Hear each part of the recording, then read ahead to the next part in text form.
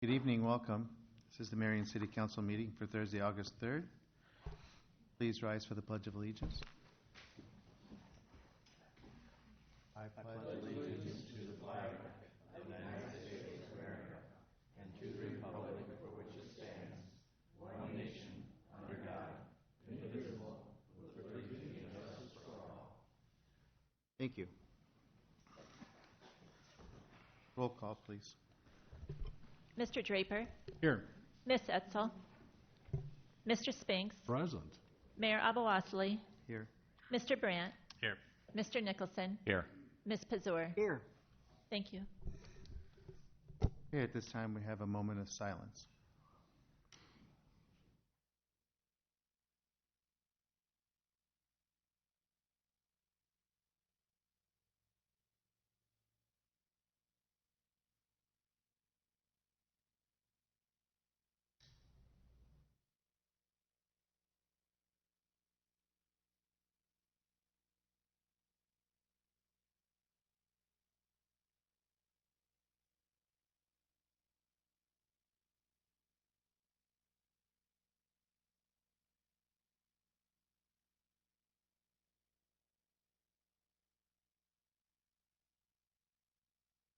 Thank you. At this time, we have citizen presentations. If there are people here to address the council, if you would like to address the council, you're welcome to. We ask that you fill out one of these yellow cards, which are over here at the end. And then when you come to the podium, state your name and address.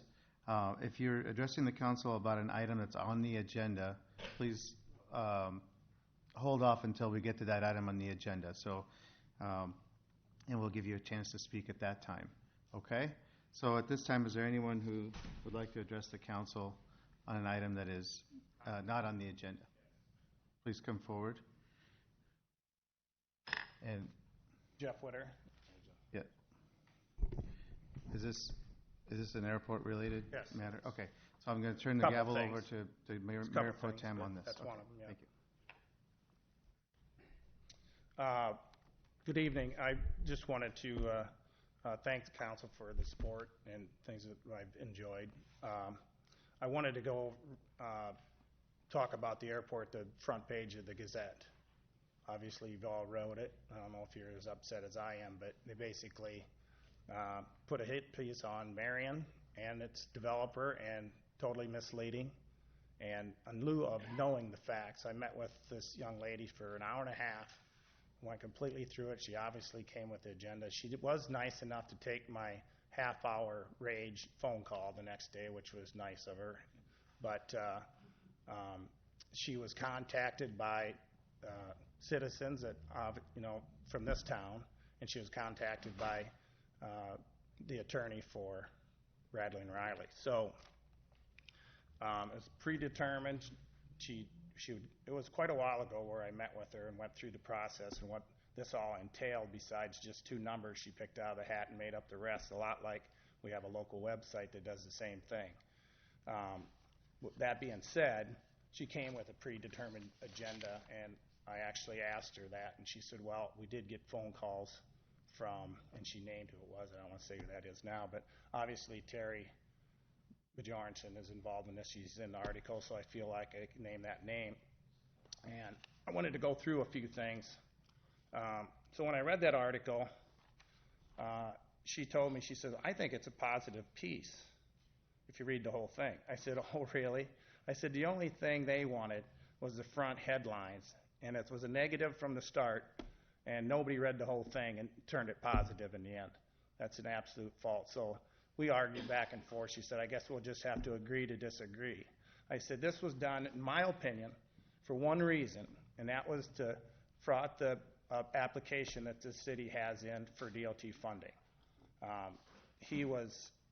We started this process in 2013, and then going through the working process, by the time it actually got to the purchase date, there was no less than 18 city council votes related to the airport. 18, not counting. That's what all the stuff, the RFQ, the DOT contracts, the amendments, the rezoning, the plating, 18 different times. Wasn't cloak and dagger in a back room somewhere. Not counting all the public hearings, all the meetings, endless meetings for almost a year. 100% city council approval except for abstentions. Every one of them. Every one. So I've always been an open book if somebody wants to understand better how the process worked and was, and I'm always willing to explain it to them, but when you come to me with a predetermined agenda and you don't hear anything I say, it doesn't do any good. So the thing that bothered me was doesn't take much of somebody to see that the city certainly didn't overpay for the ground that they bought. What concerned me is how Jan felt. So Jan actually reached out to me first and felt so bad of this hit piece. It was so unfair. I said, well, Jan, I said, how do you feel? And she says, what do you mean?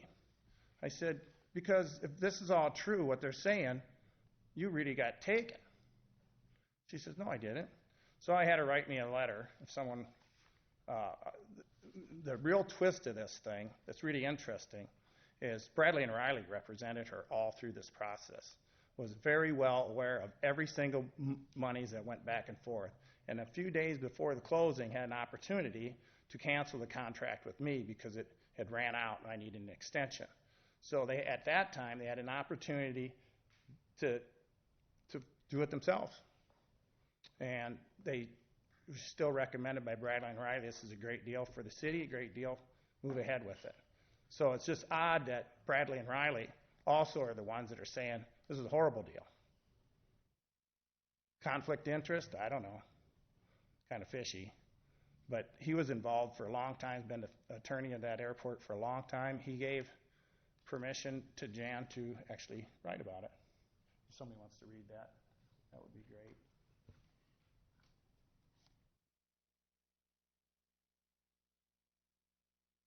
She couldn't make it tonight. She apologizes, but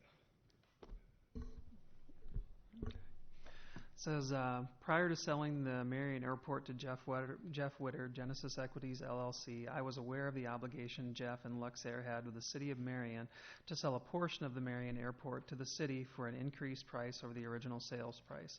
This was discussed and agreed upon with my lawyer, Bradley and Riley PC. I continue, enjoy, and be a part of the airport, flight instructing, and participating in all of the airport activities.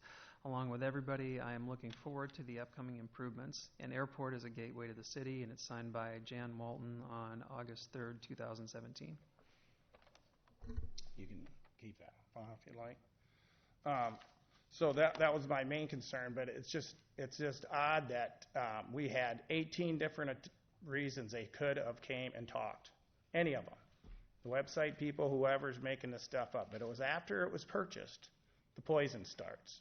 And it's totally trying to harm, not only by Luxair, but trying to harm Genesis Equities with the poison and lies, and it gets old. Where I can show damages is at the fact that almost verbatim, some of those sentences off of their website made it to the council chambers. That's what really concerns me, is that I've been here 27 years. I've raised my family. I've lived here most of my adult life. My grandkids go to school here. And this poison, I don't know how to stop it except maybe to sue. I can show damages, but I really don't have the energy to hate. I like working instead. So, but I've been advised that maybe it's time. So I just wanted to point that out and clear the air. I mean, anybody that knows about this deal knows the obligation Luxair is under. And we have fulfilled our obligations. Our obligations wasn't to do improvements yet, but we did. We spent almost $1 million. I'm sure to date it's well over $1 million. We needed a field dump. We needed an FBO building. We needed a maintenance building. Everything else was disrepair. We couldn't use what was there. And with that taken, and a lot of people don't understand, a lot of them hangars out there aren't owned by Luxair. They were private, and we had to long-term leases, honor those leases. That's why it was so difficult. The city would be really difficult for the city to just buy the whole thing and take over. And in the city's defense, never had an airport, so just getting our sea legs under us, but it'd really be helpful if we could get our commission and somebody really working on it. On the good side, there's so much energy out there that's positive, and we have what you guys approved, the ALP, that's hanging on the wall proudly for the 20-year future, hopefully, plan. A lot of people standing around it and oohing and ahhing. Cole had bought P&N Flight and Charter, which is also our airport manager, and he sent out a flyer, kind of 30 degrees, probably tried to miss Cedar Rapids, but sent out a flyer welcoming people that on the fly-in on Oshkosh to stop and check out some of the new improvements that are coming and what we're doing. And Cole City got people as far away as California stopping to check out the meeting. And I talked to one 2 days ago, and they were pointing at, what's this thing here? Is that going to go away? I said, oh, sorry. That's the trail system. You'll be able to get a bike once that's all done, ride right down to the center of Marion. Oh, that's really cool, they thought. So, I mean, there's people that can landing there. We actually had a really good week during the largest air show in the world that we had people from all over, and we actually ran outfield. So it was a good thing. That's really, I was hoping that the city would do a formal response to a newspaper that was well aware of some of these things I just said and printed anyway. So those are two numbers that are actually that they used because they are of record. But I said, you know what's behind those numbers. That's no different. As an analogy I used, if you buy a lot and it's such and such address, it's still such and such address once you added a house to it. I said, so that's kind of what this is. I said, we added a 10-year lease at no cost to the city, plus $1 million. It's worth well more than the city paid for the entire airport, just the lease alone. And I can prove that in the dollars that we've been spending every year. So a runway to us is imperative. Whether we get this funding or not, it's due I think the 7th, Monday morning, they're doing a review. I'll guarantee you that newspaper will be held up in front of them. And I just was wondering if the city is going to do anything to fight back against an obvious hit piece. That's all really I had to say. Then I wanted to talk about something else as well. Something. Yeah, just on Genesis and equity. Quick. Genesis. Yeah. This is. I mean, it's kind of all related, but and I wasn't here for the last meeting, but Hannah shared with me that someone from the council got up and really questioned the TIF funding that Genesis is receiving, some of these projects, and we are heavily invested in Marion. We didn't take on little puff pieces. We took on very difficult projects. They all were vetted separately. They all were, from the language that was said, is Genesis going to get a fair shake and be treated? I'm sure we will, honestly. This council has always been fair to me for the last 27 years. It's just some of these comments, it's like my brand is getting harmed from these haters. And it concerns me because my kids are in my business with me, and so are I'm hoping that my grandkids are too. So if there's a limit to how much business a company can do here, I need to know that. So that's really all I have to say. I appreciate your time. All right. Thank you. Jeff, I'd only say that I learned as I read that, it is the Cedar Rapids Gazette. Yes. Not a friend of Marion, so. Well, it's a shame. It's really a think shame because the airport, for a businessman like me, I do most of my business in Cedar Rapids. Most of the taxes I pay are in Cedar Rapids. So when Cedar Rapids actually write letters against the city that I actually live in, I have a real problem with that. Especially since, think of the airport, Cedar Rapids Airport. Little bitty airplanes that were flying in here, I'll guarantee you the tower wouldn't have wanted them. And they wouldn't have landed there because a lot of them needed the grass next to the runway. They're tail draggers, they're home built. They needed a small airport. No interest in stopping in a big one. I checked the fuel prices. You can do that yourself. Most airplane owners are cheapskates. They ain't landing somewhere and spending twice as much for gas. They don't have to. So, I mean, Marion is in Cedar Rapids marketplace. As you know, the study shows there's quite a bit of money that flows through Marion and ends up in Cedar Rapids.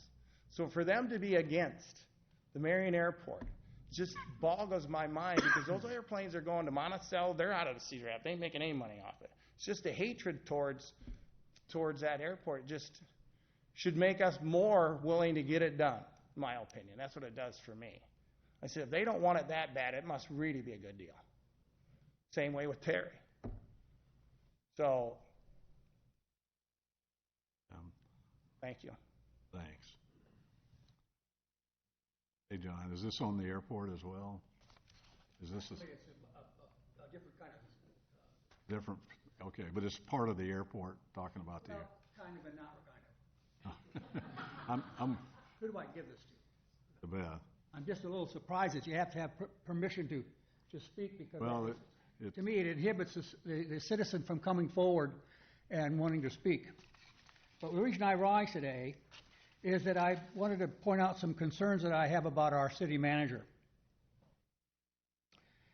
Our city manager, I believe, in the last 7 years, has been quick to step in front of the camera or be quoted in the newspaper anytime something positive happens in the city of Marion.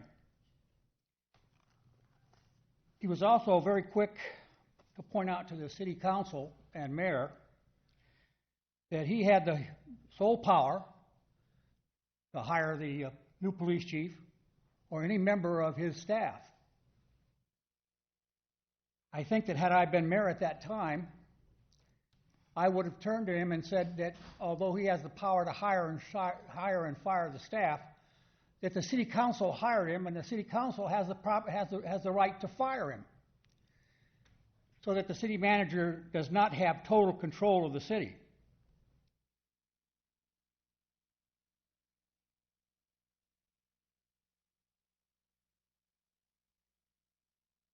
In reference to an article last Sunday paper, I won't go into detail about it because I have no idea.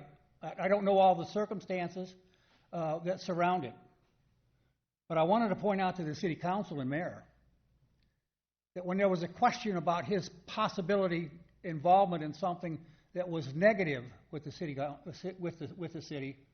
he was quick to say, well, the city council approved it. He didn't say, that was my operation. It was the city council and mayor that approved that. I think that the city council and mayor should take a hint about that kind of reaction from the city manager in reference to the other things that the city manager has taken credit for or presumed to take credit for over the last 7 years. And I have to say that I'm disappointed in myself in that I was the chairman of the committee that hired our city manager. I think if I had to do it all over again, I would not have. Thank you.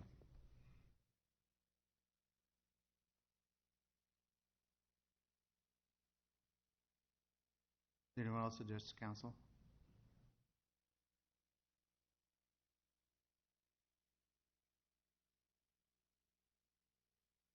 Okay.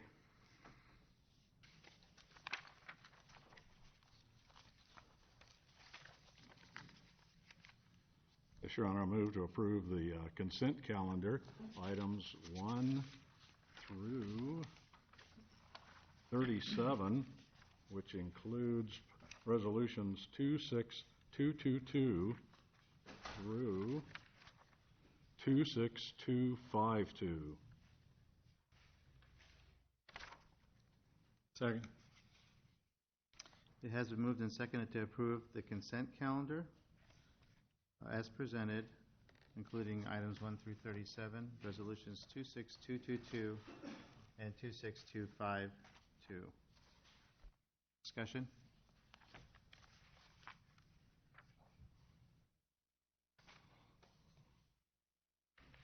All those in favor, please signify by saying aye. Aye. All those opposed, please say no. Motion passes. Mayor Pro Tem will handle the next portion of the agenda. Your Honor, I make a motion to approve the consent calendar with Mayor Abouasley's abstention from voting and discussion regarding the following items as presented. Items 38, 39, and 40, which include Resolution 26253 and 26254. Second. Moved and seconded. Discussion on these items. Heard. All those in favor signify by saying aye. Aye. Those opposed? Motion carries. I make a motion to approve resolution number 26255, setting August 17th, 2017 as the new date for the sale of general obligation corporate purpose bonds, series 2017A. Second. It has been moved and seconded to approve resolution number 26255, setting August 17, 2017 as the new date for the sale of general obligation corporate purpose bonds, series 2017A. Discussion? Yes, Your Honor. What is the total amount for these bonds?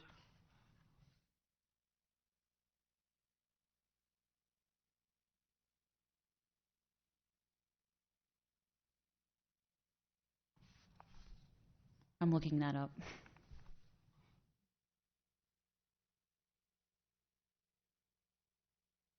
And actually, how much of this is going to pay off other, and only because it's at a lower rate of interest, that it apparently seems like a good deal to pay off some that are at higher a rate of interest. Am I correct on that?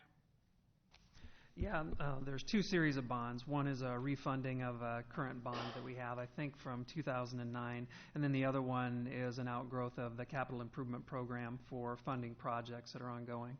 I'll give Leanne a second here to pull those numbers up.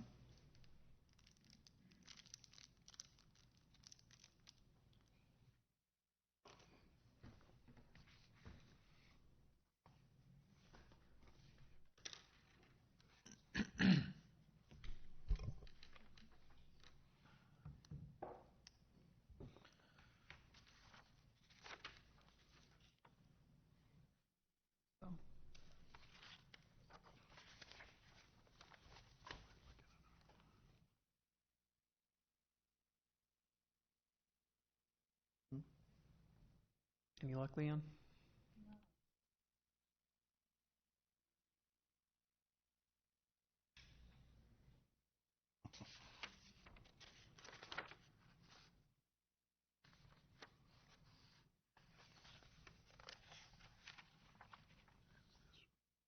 Mm-hmm. Yeah, no problem.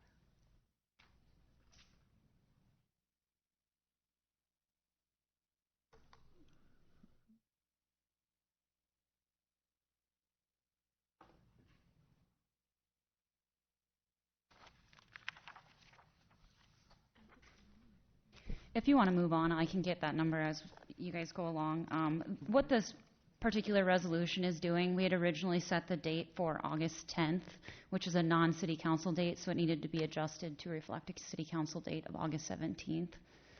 And we'll look up that number for Mary Lou. Okay. Is that okay? Well, I mean, are you okay with voting and getting that information later, after? Or? yeah, I guess so. The only thing is, I don't want to see any of this bond money going to pay for the potential library, so that it turns out to be the same deal as was the police station, which was not voted on, but then was paid for after the fact through bonds, and I just don't want to see this happen again. I can tell you that the library project is not included in this bond issue. This bond issue was pulled from our capital improvement program, and it did not include the library. If you want a list of the projects, I could list a bunch. I just want to make sure that everything is up to snuff as far as the voters voting on. Because I'm getting more and more static, and I only got 5 more months to go, and I know you're going to miss me terribly, but... Just so you're aware, this particular bond issue encompasses a bunch of the trail projects we have up and coming, Central Corridor project for the road construction, the sidewalk assessment program, the sidewalk ramp repair program, the next phase of Tower Terrace Road, traffic signal program. It's a bunch of infrastructure projects for the most part, but Okay, it does not yes. include the library. I can go ahead and vote on this. Okay. Any other discussion?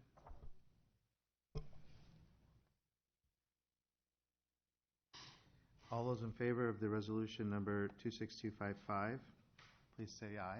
Aye. All those opposed, please say no. Motion passes.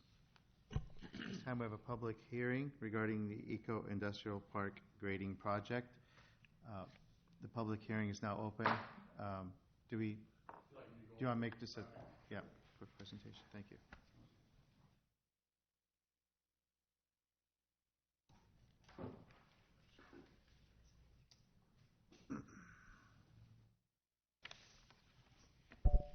On May 18th of 2017, City Council gave us a motion to proceed with a early grading package for the Eco-Industrial Park. The purpose of moving early with the grading package was to further our installations of utilities, most notably natural gas utilities. We have an extension agreement with Mid-American Energies for natural gas improvements to the City of Marion. Our goal is to get these improvements done here before November. Therefore, that can open up the door to proceed with other projects within the park. On July 28th, 6 bids were received for the project. Engineer's estimate for the project was $325,000, roughly 80,000 cubic yards of dirt to move. We had 60 days to finish the project with a late start date of August 28th. Rachi Construction came in with a low bid at $140,943.50. Therefore, staff is recommending awarding the bid to Rachi Construction.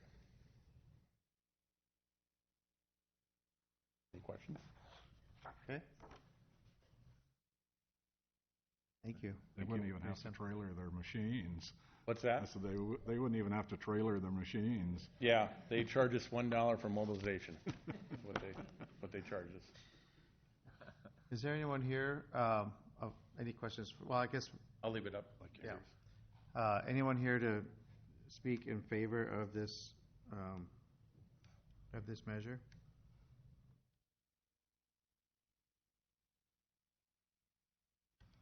Okay, anyone here to speak against this measure?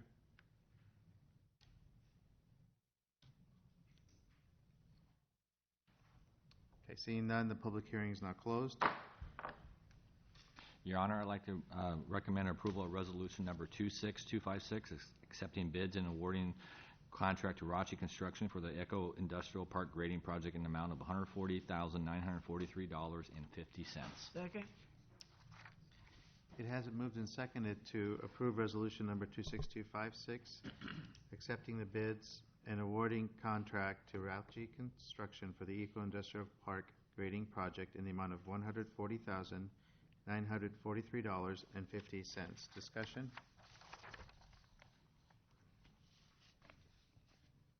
It's a big savings over what engineering thought. Put that somewhere else in the park. Yeah, our estimate was much higher. Is that 200,000. that was my, That is correct. The estimate was based upon prior projects as well as the soil boring data that we got from the bidders that came in. They said it was a great time of year to bid this project because they have a lot of their projects locked up already for this year.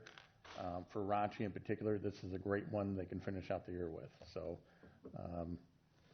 very competitive bids. Very happy about it. other discussion or questions? Okay, we'll vote. All those in favor of resolution number 26256, please say aye. Aye. All those opposed, please say no.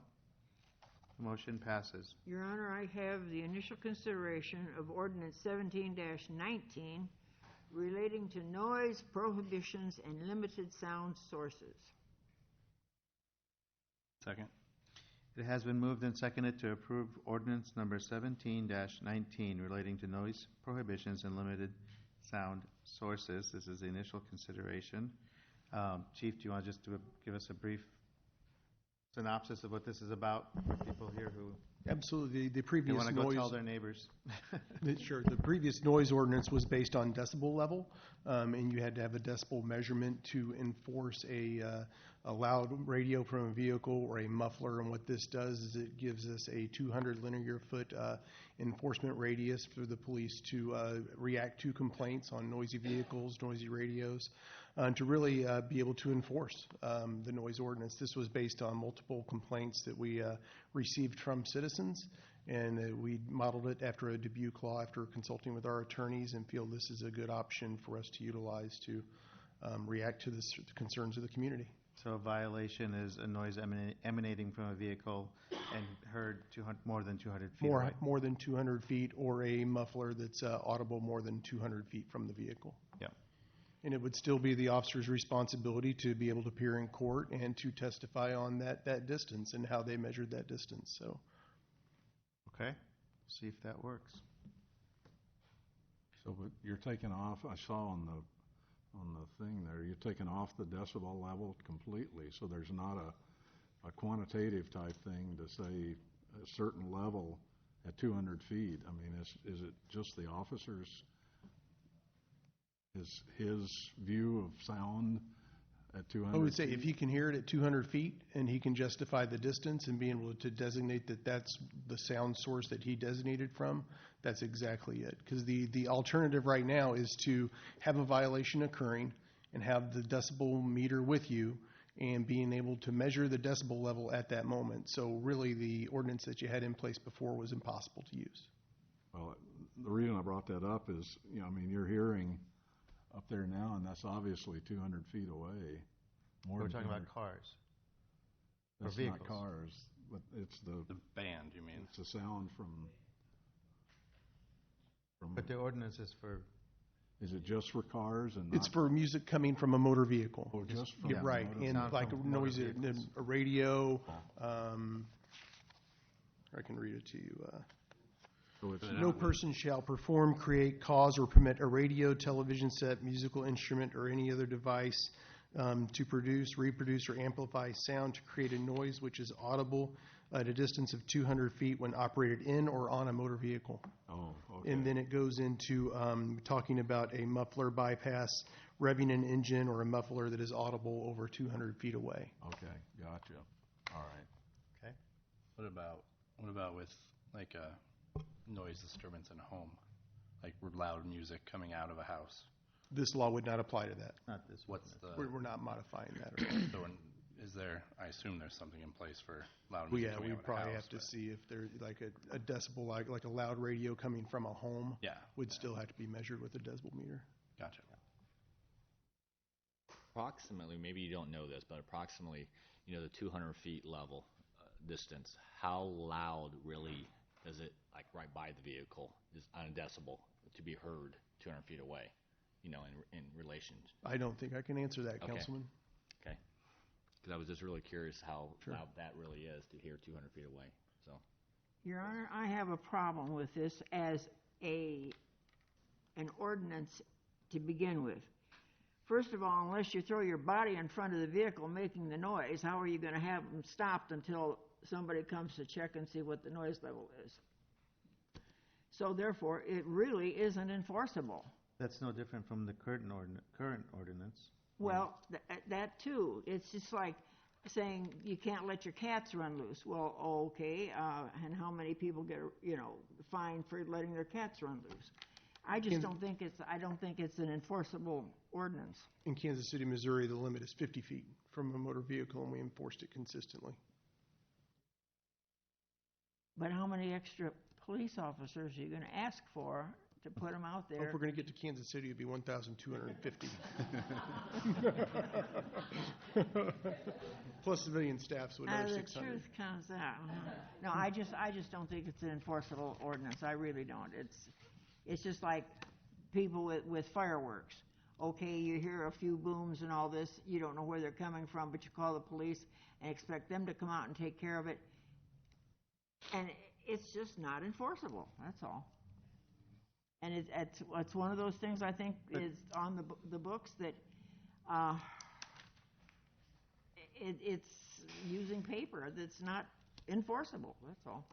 It may be difficult, there are other ordinances and laws that are difficult to enforce, but you still have to have them, because we hope that most people are law-abiding, and if they know there's a law, they're gonna follow that, on their own.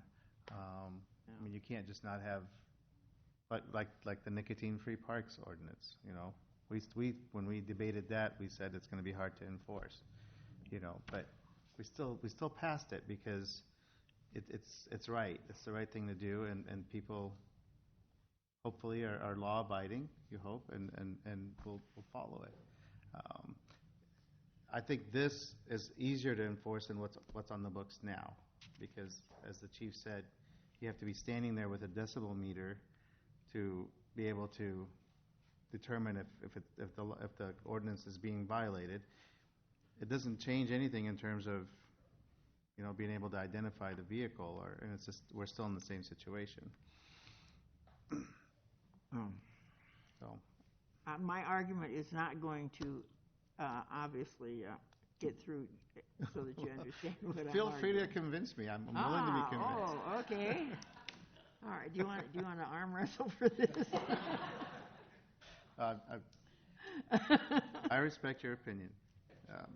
It could, in fact, though, have somebody decide to leave the baffles in the muffler on a Harley because they know they can be illegal in Marion. You know, and I'm guilty, as I told you Tuesday, with glass pack mufflers, but if you change those every few years, you can avoid, so they don't become a straight pipe at least. So it may encourage people to stay a little more up to date on those things.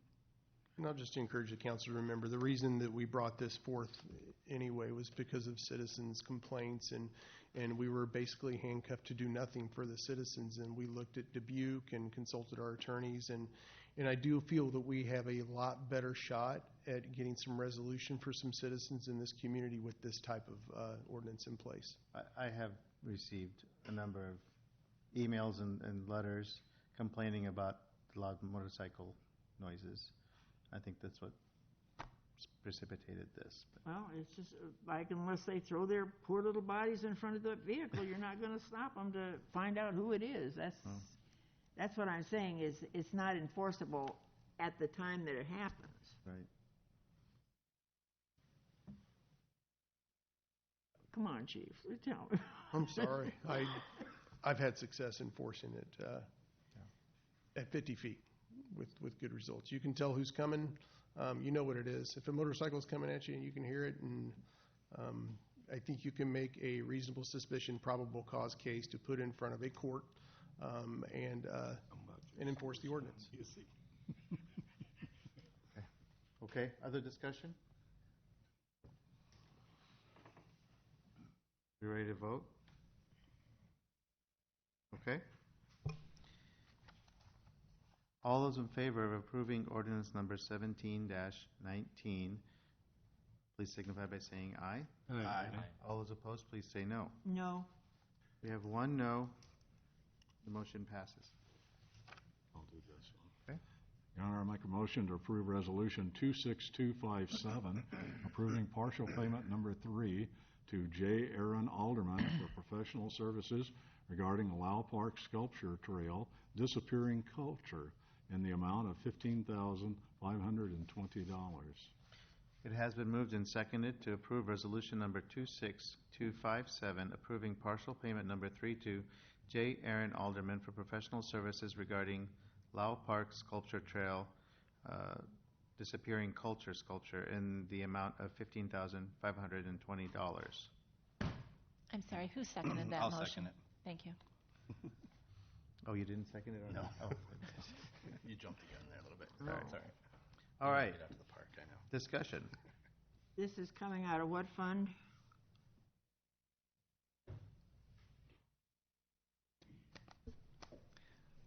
Mike's gonna. This was approved. There are actually several different sources for the art trail development project. We had 12,012 bond, 12,014 bond funding, And I believe now we have an installment that'll be in the 2017 bond. Was two splits of 70,000 and 70,000 in those first two bond issues, if I'm correct. What was the total cost of this particular? Total cost of this piece, Yes. 45,000 was the total cost for this piece that the Art Council commissioned.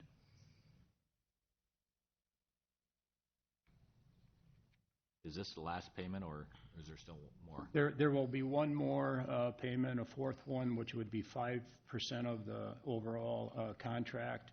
Once the Art Council approves the installation and the piece, we will retain that 5% for 6 months.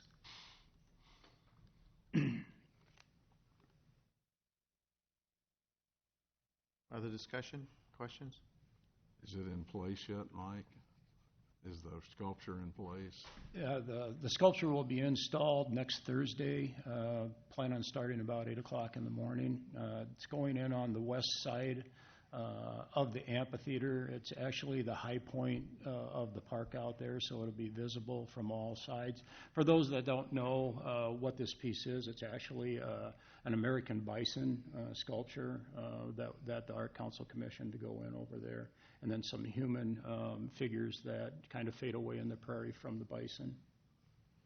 Disappearing. Yeah, it's a very neat piece from the pictures that we've seen. Very neat, the pictures that we've seen. We saw the model, yeah. Yeah, the model, yeah. It was. Yeah.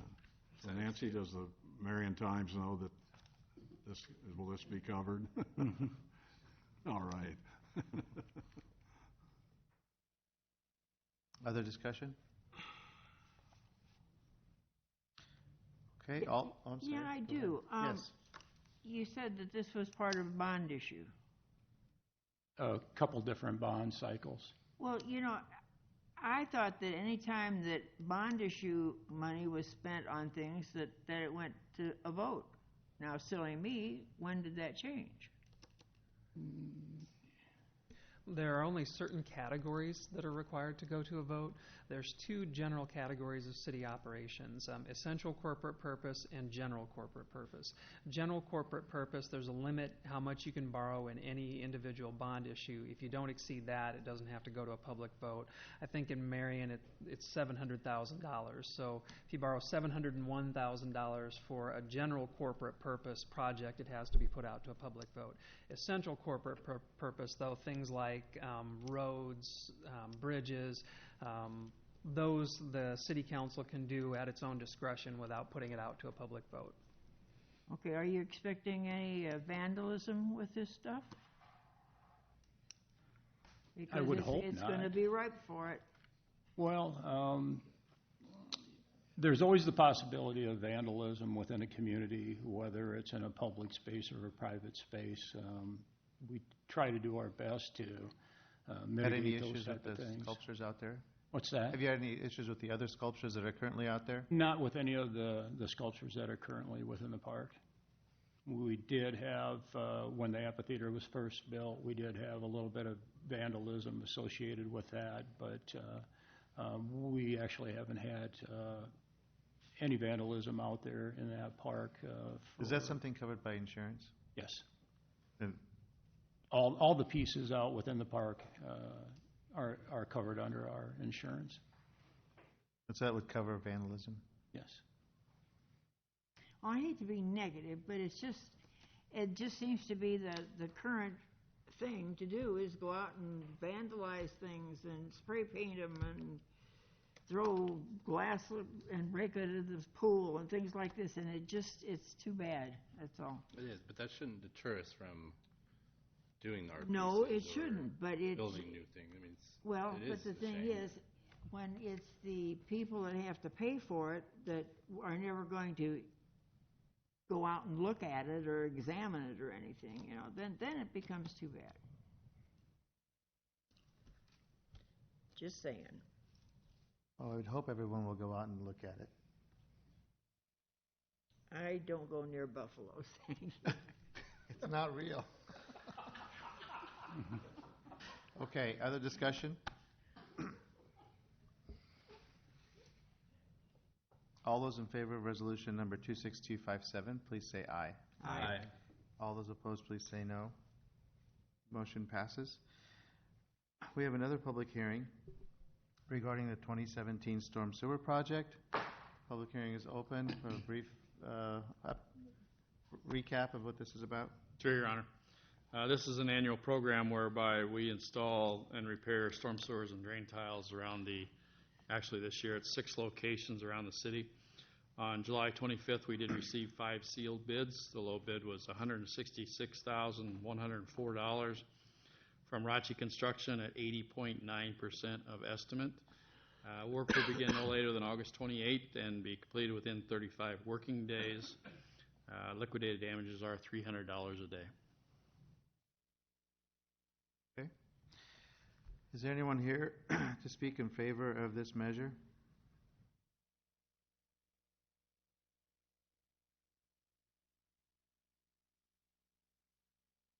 Is there anyone here to speak against this measure?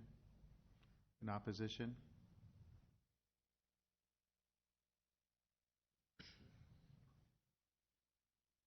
Okay, seeing none, we'll close the public hearing.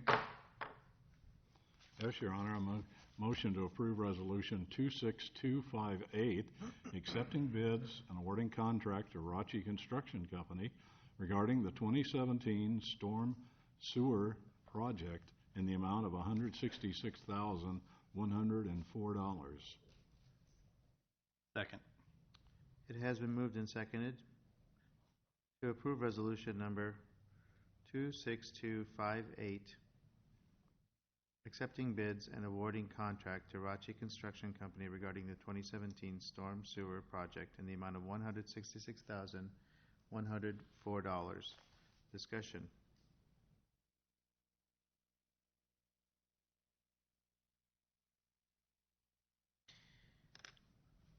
How many, None? I Go guess, ahead. Dan, how many spots are they doing? How many different activities is this? 6 locations, Joe. 6 locations. Thank you. Any other discussion?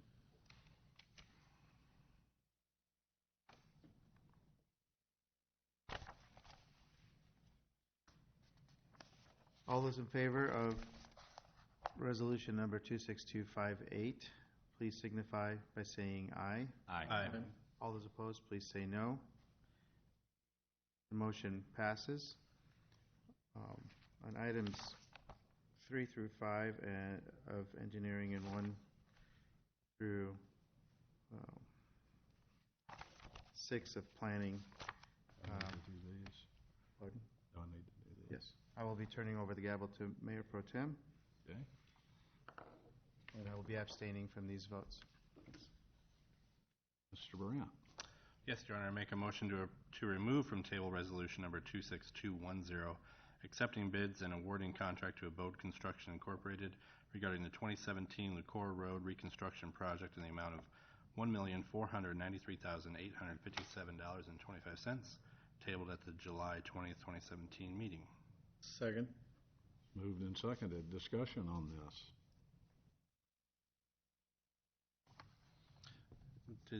So we tabled this because of wasn't it because of the runoff for the neighbor's property? Was that correct? It had to do with obtaining a resolution, or a easement. An easement. And we have not obtained that yet. However, we have 30 days to award the contract, so we feel like we should move forward with that. Gotcha.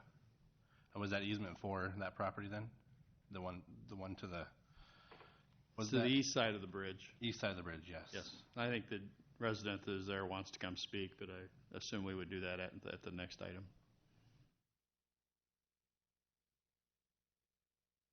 So we're going to be voting on some. We're going to be voting on something that hasn't been able to come to fruition yet, right? We have options to resolve the issue. We need to move forward with the vote, otherwise all the bids will be voided. It's a pretty minor item. We just didn't want to move forward, and we wanted to give the individual with the easement time to consider what the city needed. in the end, we have options that we have looked at and will consider.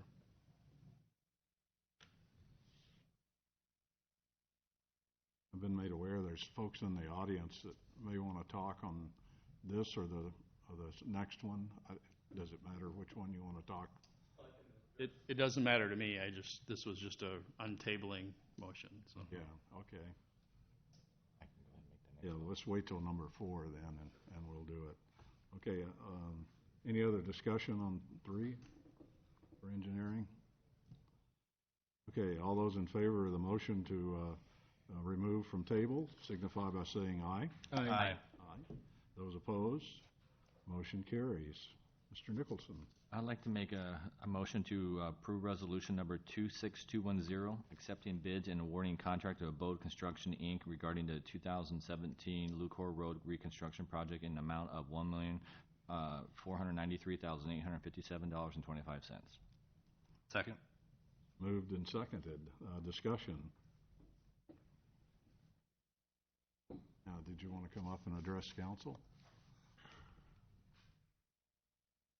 I'm Michael Reinhardt, 4409 Lucor Road. I spoke 2 weeks ago at the last council meeting. Just wanted to comment that there's many open questions still to be answered regarding the impact of my property and home with the new storm water outlet that's being proposed. We've had discussion with engineering, but a lot of it just stems back to, well, it's our best guess that flooding may not increase, erosion may not occur, and backup of the flow of the river shouldn't be a problem. However, nothing definitive has been supplied. Given if those best guesses are incorrect, I have the long-term burden of a property that frequently floods and is only being additionally hampered by additional volume of water that was giving a very short notice to understand and study the situation. So what I'd like to comment on is simply it takes time to understand the issues at hand. There are no definitive answers, and that there's no guarantee an easement will be granted or could be arrived at, depending on what we find. Now, Dan has mentioned that there are options, and we'd like them to aggressively explore those if that would alleviate having to go through additional cost and dollars on my end to try to protect what seems to be an unknown relative to the ongoing long-term impact of placing a storm outlet adjacent to my property.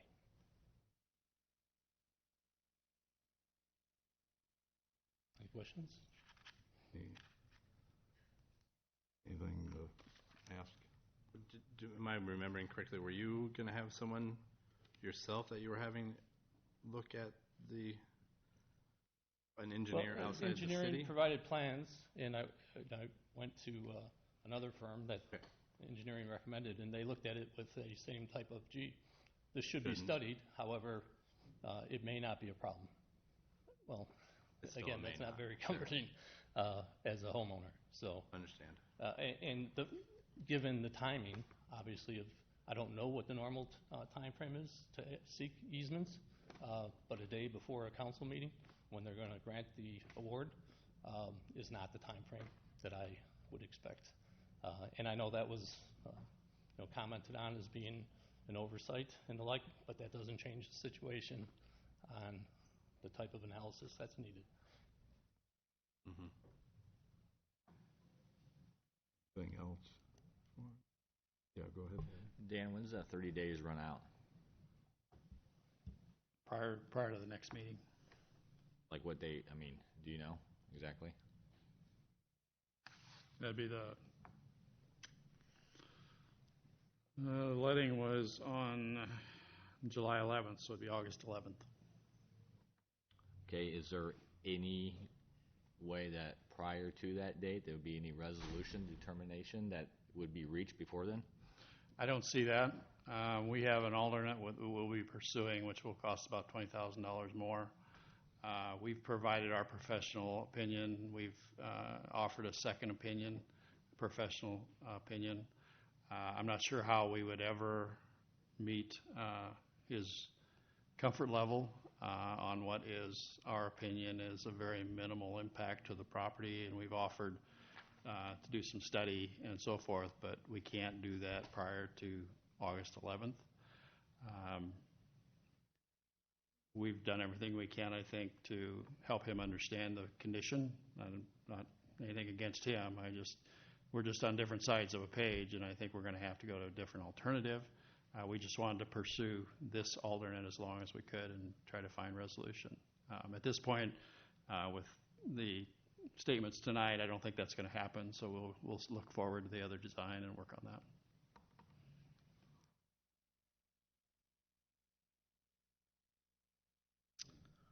So the other design will not require an easement then? Yeah, that's correct, and it'll have the same impact on the property because it is it's a 36-inch pipe, but it's upsized. You'd have to understand the gradient line and so forth. From a 24-inch that's only running about a third full, we've looked at the cubic feet per second that's provided at that situation and the timing with the flow of the Indian Creek and so forth, and feel very comfortable with the minimal impact that's going to cause. So, and we've expressed that. So beyond that, I think we'll just move it over closer to the bridge. Not where we want to be, but that's our option. We'll still be in the right of way. Okay. So by the 11th, if you have a change, will we have a change notice type thing? It'll be like any other project. We'll come in with a change order. Council will be able to review that. If council would not option to approve that change order, we would have to go through some other major design. So. Okay. Dan, can I just clarify, was that study of non-impact based on some hydrological engineering study, or is that simply? It's based on the design of the pipe and the cubic feet per second that we know as a professional what that amount is and the impact that would have on a downstream property.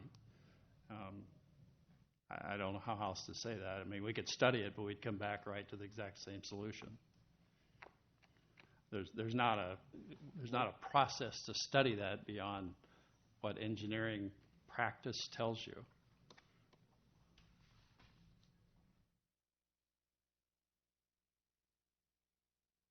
So that's like most of the things that the city designs. I mean, we rely on the engineering to give us the best practice for what to go forward with these projects on.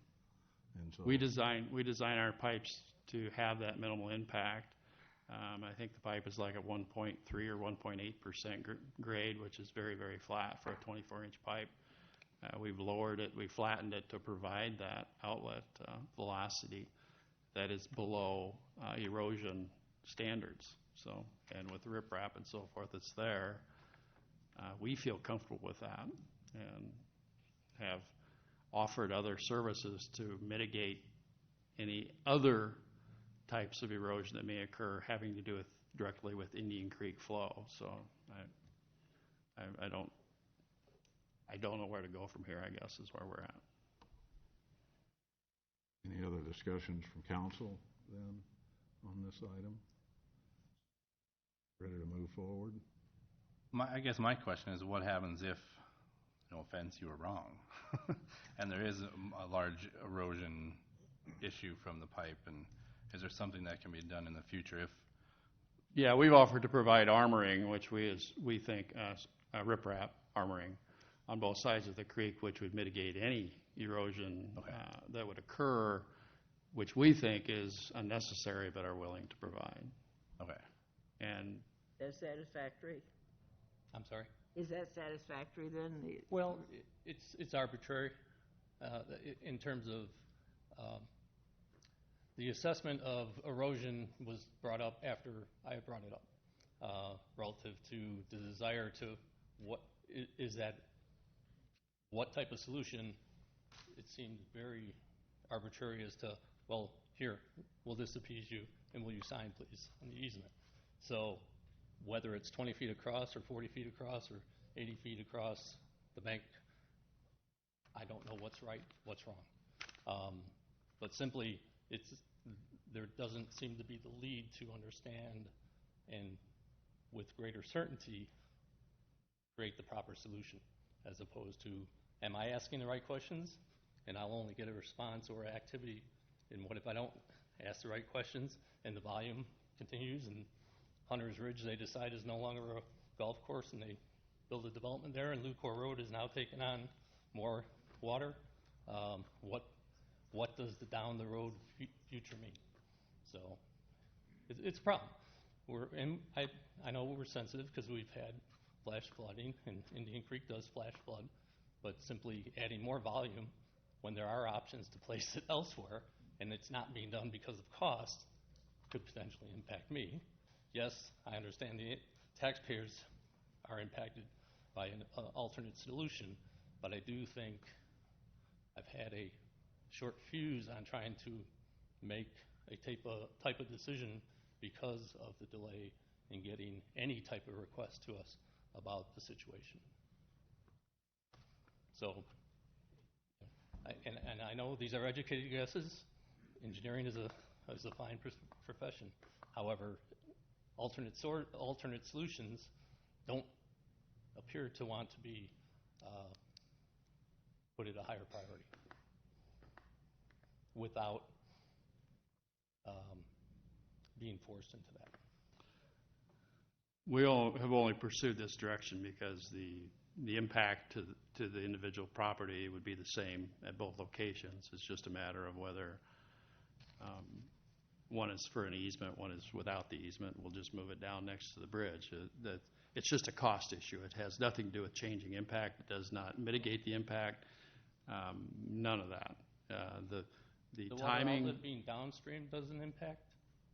Have a The location at the bridge on the east side has the same impact as the current location. Where it has to go through around a bend. Yes. I see. I would like somebody to have a professional study. We look at the velocities, the impacts. You look at the volumes of Indian Creek, the timing of Indian Creek. I mean, we haven't done a number by number because that's pretty involved. When we're talking about, I think it was like 126 cubic feet, which nobody here probably understands that, but it's very minimal. And that impact will be this impact from I don't know why we're getting into this, but the impact of the storm sewer, those flows come along before the wave of Indian Creek comes that he's concerned about. Those are all emptied out prior to a localized storm. We just know from experience and from the data that's provided that we know that impact is not there.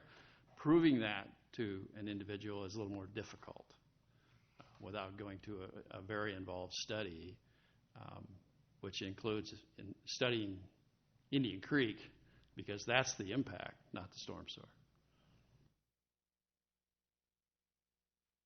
The flooding that occurs is from Indian Creek and upstream from Indian Creek, upstream from the landfill, upstream from County Home Road. Those are the flooding conditions that are creating the flashes that he's considering. Right. But a 3-inch storm on a swollen creek won't be a leading wave. It'll be compounded with the runoff that's coming from Lucor Road, new volume of water that wouldn't be there unless the easement was granted. And I still don't understand how downstream making the outlet there is non-impact or doesn't have any positive impact to the situation. Just my professional opinion. Okay. So if we approve this tonight, you will continue to look at the addendum or addition till next week. Is that what I understood you to say? We will, we'll have a contractor once it gets started, so we will go immediately. Part of the problem too is Seth had a baby, or his wife had a baby, and he's gone. He's the one that's designed this project. So as soon as he gets back, we will start with redesign and start with an extra work order to get it moving forward, because we cannot wait any longer. Okay. All right. Well, let's move forward then with this. Thank you, sir. Thank you for hearing me. Thank Yep. you, Dan. Thank you. I have one more question. He's talking about an outlet downstream further, like past his property? It is, but it isn't. I mean, it's before the bridge. The constriction with the flooding of Indian Creek Road is at the bridge at Lucor Road. Any flow that enters the basin within that area immediately above the bridge is restricted by the flow of the bridge. So whether we put it 100 feet upstream or at the bridge, it has the same impact on that property. So it even though the erosion is in a different area, which in my opinion is going to be very, very minimal, if at all, we're going to rip-wrap around it. That's still going to have the same impact to the gradient line of Indian Creek up from the bridge up through Hunter's Ridge. That impact is immediately the same. Yeah. Any other questions on this? Okay, this is resolution number 26210. All those in favor signify by saying aye. Aye. Those opposed? Motion. Your Honor, I find myself needing to abstain from this Oh, okay. as a resident on paying for some of this. I don't feel I can vote on it. Councilwoman Pazur. Are you ready? Okay. Your Honor, I move to approve Resolution 26,259, approving contract and bond with Abode Construction, Inc. regarding the 2017 Lucor Road reconstruction project in the amount of $1,493,857.25. That 25 cents is the deal breaker as far as I'm concerned. Second. Moved and seconded, even though the 25 cents is still in there.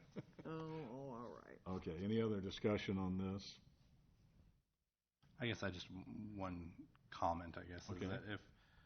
is that if there is some unforeseen damage to the, it washing away more than anticipated, that we do go out there and we do make sure that what needs to be done does get done in the future. Absolutely. And I'm sure he will let us know come to council and let us know if there are. We've already agreed to that, but Okay. thank you for bringing it up. Okay, thank you. Any other? Okay, this is resolution 26259. All those in favor signify by saying aye. Aye. Those opposed? I had to abstain from this. And one abstention. Will somebody read number 1 on planning? Sure, I'll do it.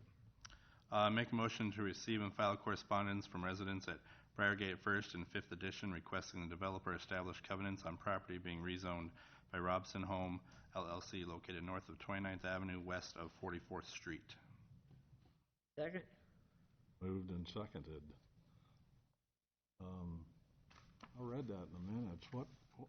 What is it they're asking for covenants or not have covenants? I think specifically they're looking for the developer to have covenants in place that probably mirror or come close to mirroring the covenants they have to the Briargate addition to the east. I think they're just wanting some protections on their own home values, and they're concerned about smaller homes or homes of probably less design going in near or adjacent to them.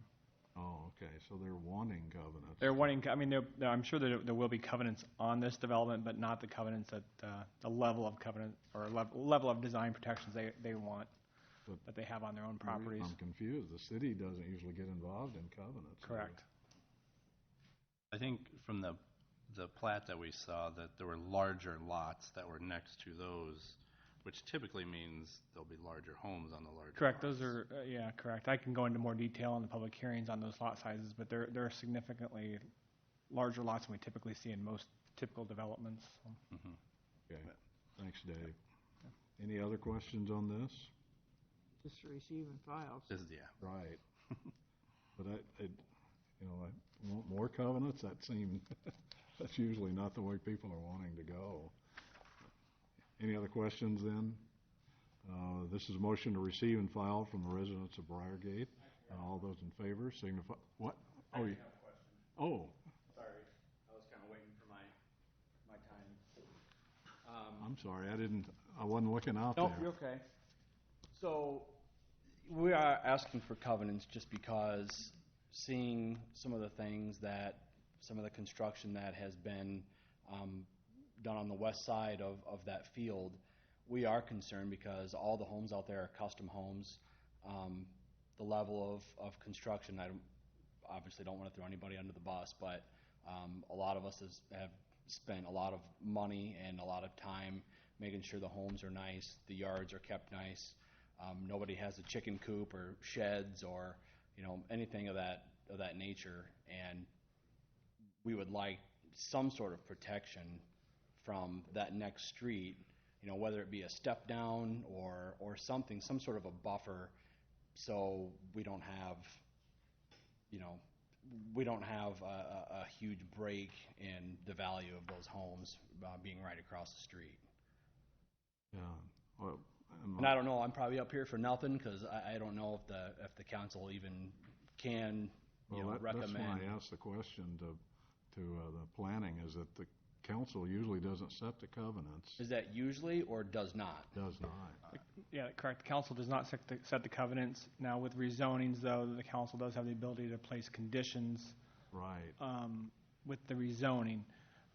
It's only been, that happens, that's often. It's usually on, a required buffer, landscape buffer, not typically between single-family homes, but commercial to less dense.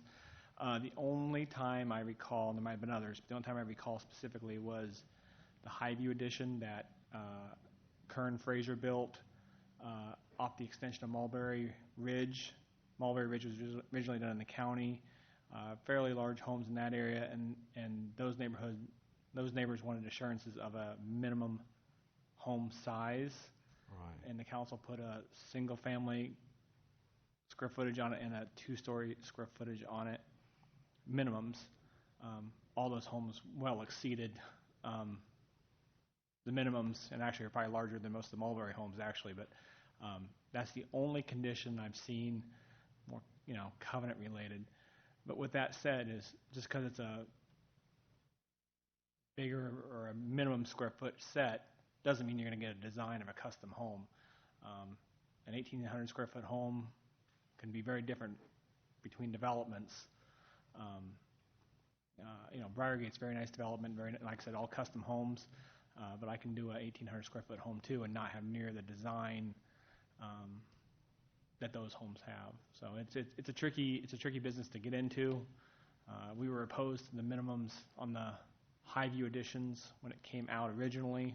Staff was not supportive of that. That's something the council did, but again, I think it's a very tricky business when the council gets involved in the covenant business, I guess, or putting those types of conditions on a single family development. But if that's the direction we do want to go, we can draft or mirror some of that Highview addition that we did. Yeah, okay. And I respect that opinion. Obviously, I would like to see you guys, and we're not asking for, we're not asking for the world. Just exactly as the planning director is saying, we went into it on those properties to build a specific square footage of house. We would just like that to continue. There are some comparable lots that back up to our development, which could have the same price point, the same, hopefully the same square footage. We're not asking for a ton, just to have some consideration for, there's Marion business owners, there's people in the community, there's doctors, there's people who are proud to be there, people who, support Marion, and I just don't want to get to a point where, we've got 200 homes and a bunch of condos going in, and then nobody really cares what happens to the property value of the people who have been there and have, taken the time and spent the money to have a nice home in that neighborhood. That's it. I think the zoning, Dave, the zoning could take care of some of that, right? How that area is zoned. Yeah, and I can go into more detail at the public hearing if you'd like, or it's up to you. I can wait till the public hearing, or Yeah. this is still the receive and file. Yeah, okay. Well, why don't we wait till the, Who are you, by the way? My name's Rob Fassler. Okay. Thank you. Yeah, you're welcome. You're welcome. Okay, thank you. Appreciate it. okay, thanks, Rob. Okay, a motion to receive and file this correspondence from the residents of Briargate. All those in favor signify by saying aye. Aye. Those opposed, motion carries. Open a public hearing regarding a request to amend the future land use map of the Marion Comprehensive Plan from single-family detached residential to single-family attached residential for property located north of 29th Avenue and west of 44th Street. Robinson Homes, Inc. request. Okay, yes, please.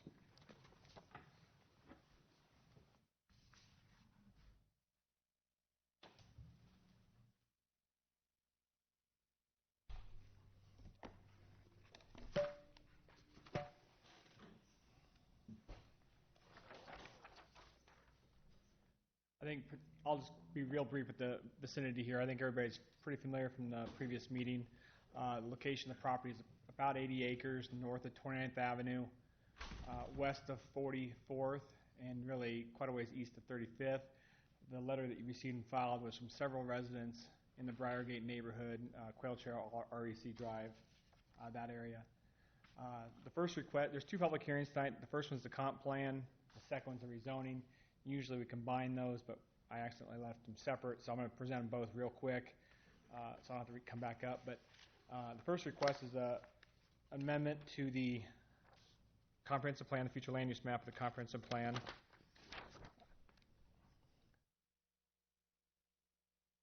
Okay, currently the site we're looking at is this site in this location.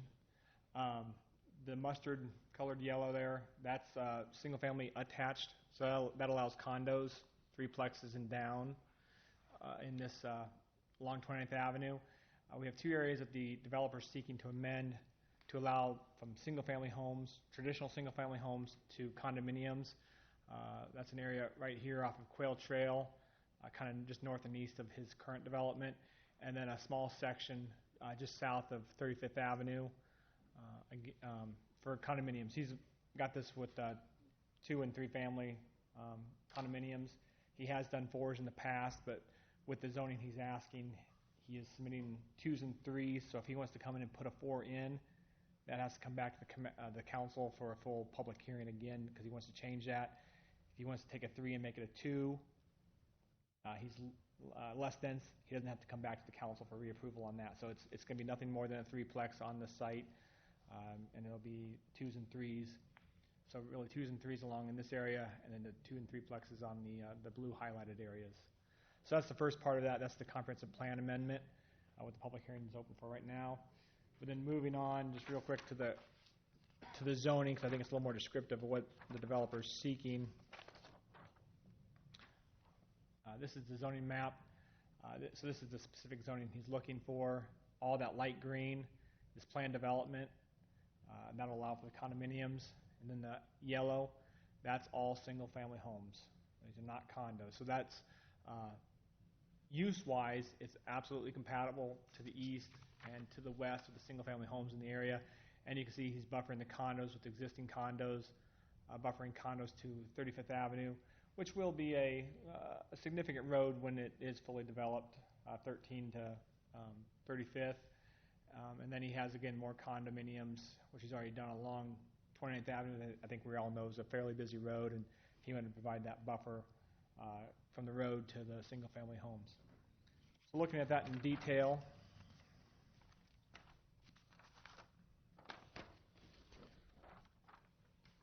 specifically what's being proposed.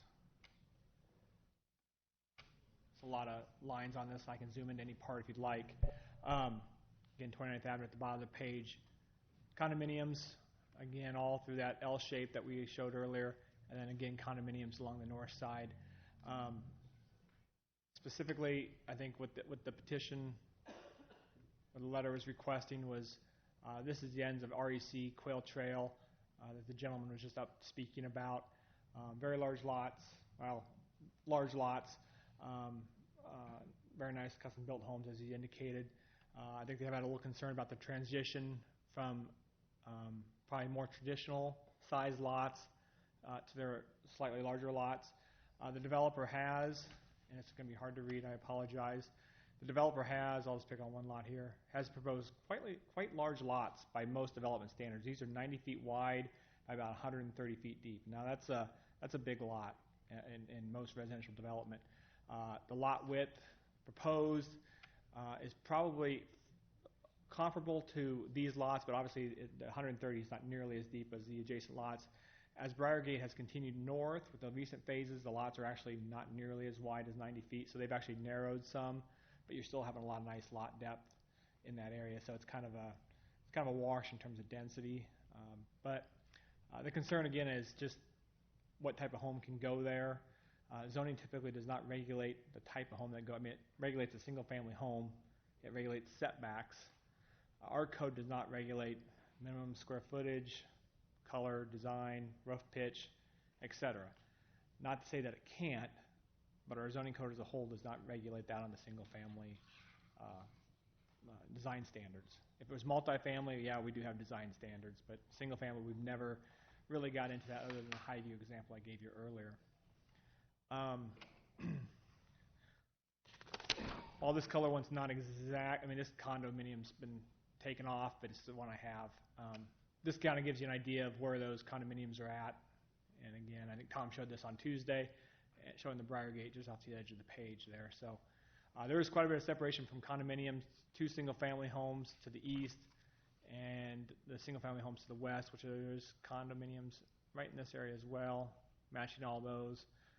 You obviously have the change, the single-family south of 29th Avenue, but larger streets like that have always been considered a pretty good transition area between single-family homes and condos. All the single-family homes that the developer's building, obviously they know what they're buying adjacent to if they do their due diligence prior to purchasing their home or building their home. So they know what they're going to get as a neighbor to the condos. So the commission met last month. We had a pretty good public hearing at that one. I think quite a few folks were there. I think all the comments that the gentleman made were pretty much the comments made by tonight as well, and with the concerns. The commission did recommend approval of the project, both the comprehensive plan amendment and the rezoning. There is a preliminary plat that they approved. That's not on the agenda tonight. That will follow after the completion of the rezoning 2 more meetings from now. So the plat would have to come back. The plat had some concerns just with some slopes and possible drainage. I think we've got that worked through, but I can go into detail if you'd like on that, but otherwise you're going to hear it again in a couple meetings from now on the plat. But the plat pretty much does look like this. I did include it in the packet just for your information. The engineer is here if you have questions for him, but again, the commission recommended approval of both. Sorry, I talked faster. I covered a lot of information. So. Okay, let's see if there's anyone that wants to speak in favor of this project, then please come forward. Anyone want to speak against this project or for more information on this project, please come forward.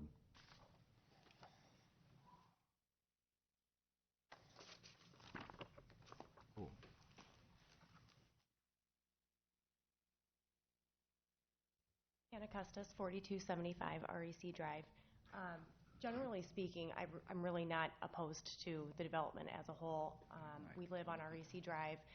My primary concern really is just the lots that are directly adjacent to that west border and that west lot line. East, just west of our properties.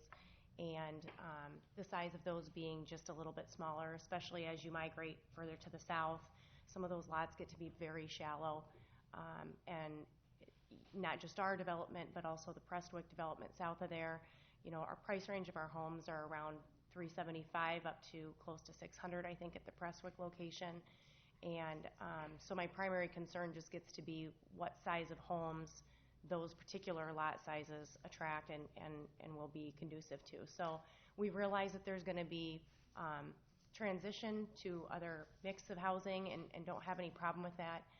we're just concerned about the size of the lots that really are directly adjacent to and backing up to the backyards is going to be visible from the backyards of the homes that are there, and having a nice transition so that property values and things are maintained. So that's all I have. Thank you.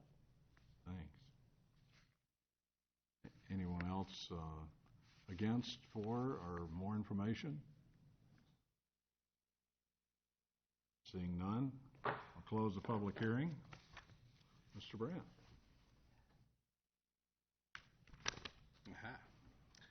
I make a motion to approve resolution number 26260, approving the amendment to the future land use map of the Marion Comprehensive Plan for single-family detached residential to single-family attached residential for property located north of 29th Avenue, west of 44th Street, Robson Homes Incorporated. Second. Moved and seconded. Dave, I had the question. This brought up a memory that we did Morris Woods development up north of, or east of Indian Creek Road and north of Tower Terrace. We did the same thing, didn't we? I know we talked about it, but I guess I don't recall if we specifically put minimums on those or not. I think it was more concerned about lot depth than home size, but that one does not. I don't recall the specifics of doing a home size. It seems like where they chose to place the apartments. Well, yeah, that on the southwest corner of that development, they had wanted to bring the condominiums around. I guess it would be Brookside Drive there a little closer to those homes. And in the end, the council approved single-family homes in that area, if I recall right. So they backed off some condominiums. That's right. 300, 400 feet maybe. And then that development also had concerns with the homes the lots that were backing up to Brooks or Indian Creek. The Brookside have 1 acre lots out there. These lots were still very good. The proposed lots were very good size based on traditional development standards. They were 75, 80 wide, and I think they were about 150 deep. I mean, they were very deep lots because the developer owned to the middle of the road, so he had a little extra land that he couldn't necessarily use to build a home on, but he could definitely use it for backyards. So those lots were, again, very big just because of the lay of the land. On this one, and I do need to point out, I mean, the lot, I should have pointed that out, and Hannah brought it up, is the lots do become quite quite shallow as you head south of the larger lots, south of REC, south of Quail Trail. 12 years ago, or I think it was what Dan and I were talking about, we had to bring a sewer from this property to serve the senior center and Robson's development. That north-south road on the east side of the development already has a sewer in it, so that kind of dictates where that road goes. Now, granted, you can maybe shift that road, and Dan probably doesn't want to, but you can shift that road over, and the sewer wouldn't be under the middle, but that's just not how we typically do it. So that road alignment is kind of set, and that leaves those lots, unfortunately, about 115, 120 foot deep, and it's hard to get away from that, unfortunately, just the way the sewer was brought over. If we had the crystal ball, we might have had it shifted some, but that was 10, 12 years ago. That was going to be my question, because when you look at that, it jogs to the right or to the east. Yeah. Well, if it jogged to the west, you could have had it more. Correct, and that sewer that sewer goes north, and then it takes a left at that first east-west street there. So that's why all of a sudden the lots get quite a bit deeper as it goes north, just because the sewer alignment's not kind of affecting the street alignment. Is there a lot of trees buffering those homes there? No, on the south side, yes. On the shallow lots, there is. That's the presswork development done by Dustin Kern. There's quite a few trees in that area. There's a lot of trees on that buffer, at least on the north portion of his property. As you get south, it's kind of low down there. There's a few trees, but it's not nearly as dense as you go north.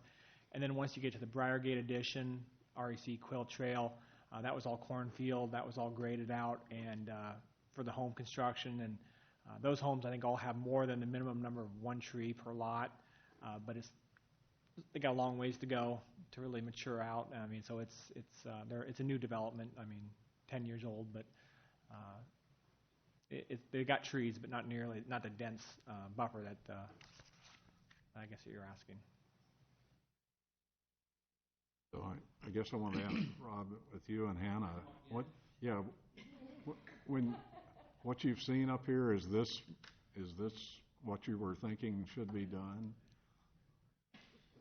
I'm sorry. I said, is what you're seeing on the plat here now, is that what you expected to be done? We didn't really expect anything to be done until we saw the initial plat, and that's why everybody's kind of rallied and come out here. So I agree, obviously, these lots being much more shallow, I mean, that you can only put a certain type of house on those lots, obviously. But, you know, you talk about the minimum number of trees being one. I mean, I've got a number of different photos here that, you know, these are places that have been built and standing, and you see no trees. There's examples out there where there's trash bins sitting on the front steps and the front porches. Another example of, you know, we got a tree, but I mean, nobody takes care of the lawn. Where is this? Is this the condos? This is condos? Yep, across the field. And then conversely, if you look at the houses that are there now, you know, everybody, you know, has a lot of pride in the way it looks and the landscaping, and you know, nobody parks vehicles in driveways, and you know, it's a happy place, and it's a great neighborhood to be in. We really are looking for some sort of a buffer between A and Z, as that, you know, as those houses and those lots get much smaller going west. And I'm hoping it's not too much to ask. I mean, it sounds like you guys have done it on numerous occasions, from what I'm hearing. So I'm hoping you extend that, you know, to this deal. So. What was done before was it was agreed to take off some of the condos that were close by some of the homes. You know, That's and the what was thing is, agreed we don't oppose condos. We've got condos down on the other side of 44th, but they're built very differently than the proposed condos and the proposed homes, I would assume. Again, there's pride there. They're quality built. There's stone on the front. Just like they mirror the design of the homes that are to the west of 44th. Mm-hmm. And I don't think we're going to probably get that with this builder. Okay. So. Any questions from council on this? Dave, you said the engineer is here for this, but the builder is not represented?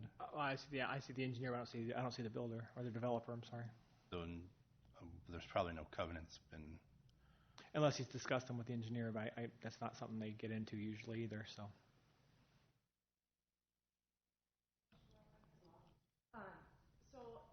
Yeah, come up to the mic now.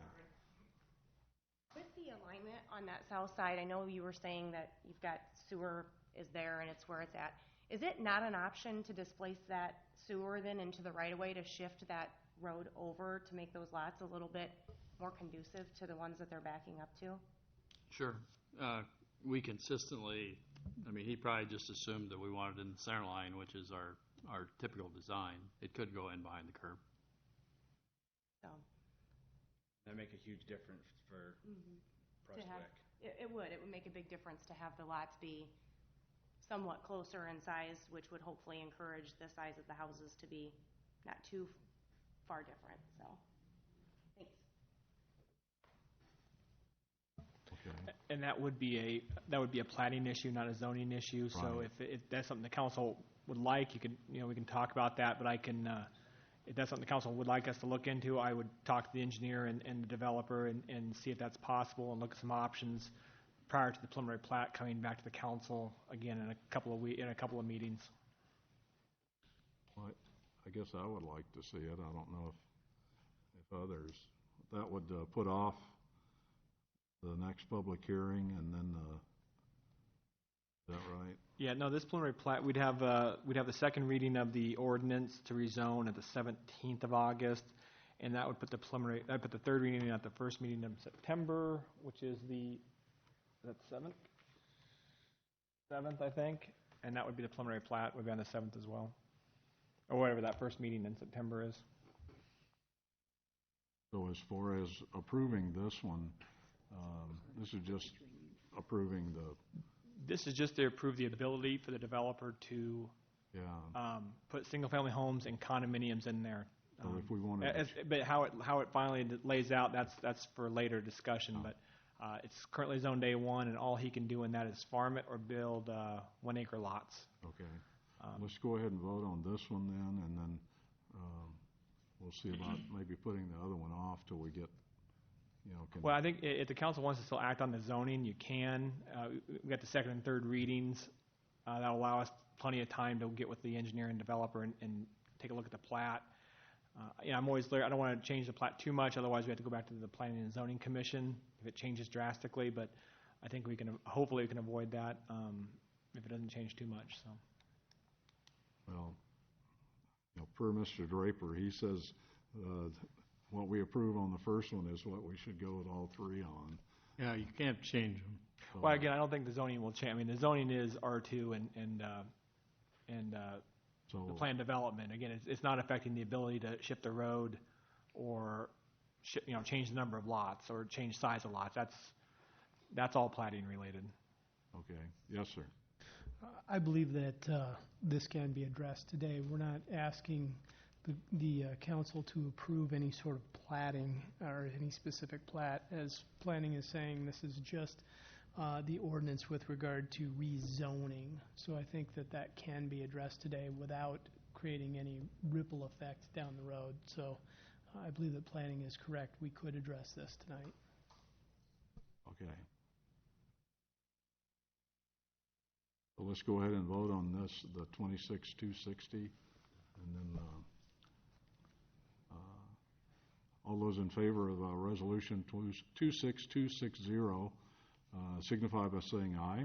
Aye. Those opposed, motion carries. Now, if we're going to put this off and do it at a later date, do we want to go through the public hearing now? Again, I think you can act. I mean, I feel comfortable acting on the zoning. Yeah. We'd want to do the public hearing because it was advertised, but again, if the council can still act on the zoning, because that's just setting up the ability to do single family and condominiums.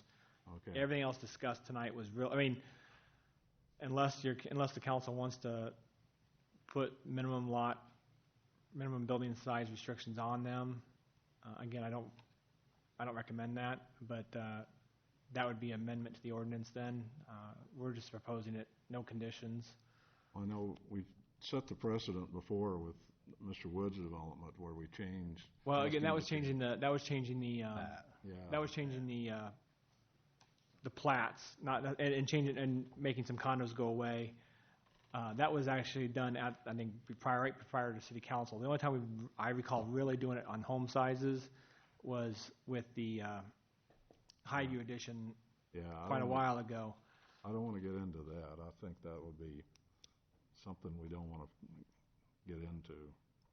Okay, so open a public hearing regarding a request to rezone property located north of 29th Avenue, west of 44th Street, A1, rural restricted to PDR, and A1, rural restricted to R2, medium density single family residence for property located north of 29th Avenue and west of 44th Street, Robinson's Homes, Inc.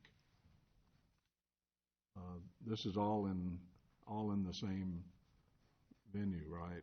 Exact same area, correct? Okay. Anyone want to speak in addition to this, for this rezoning?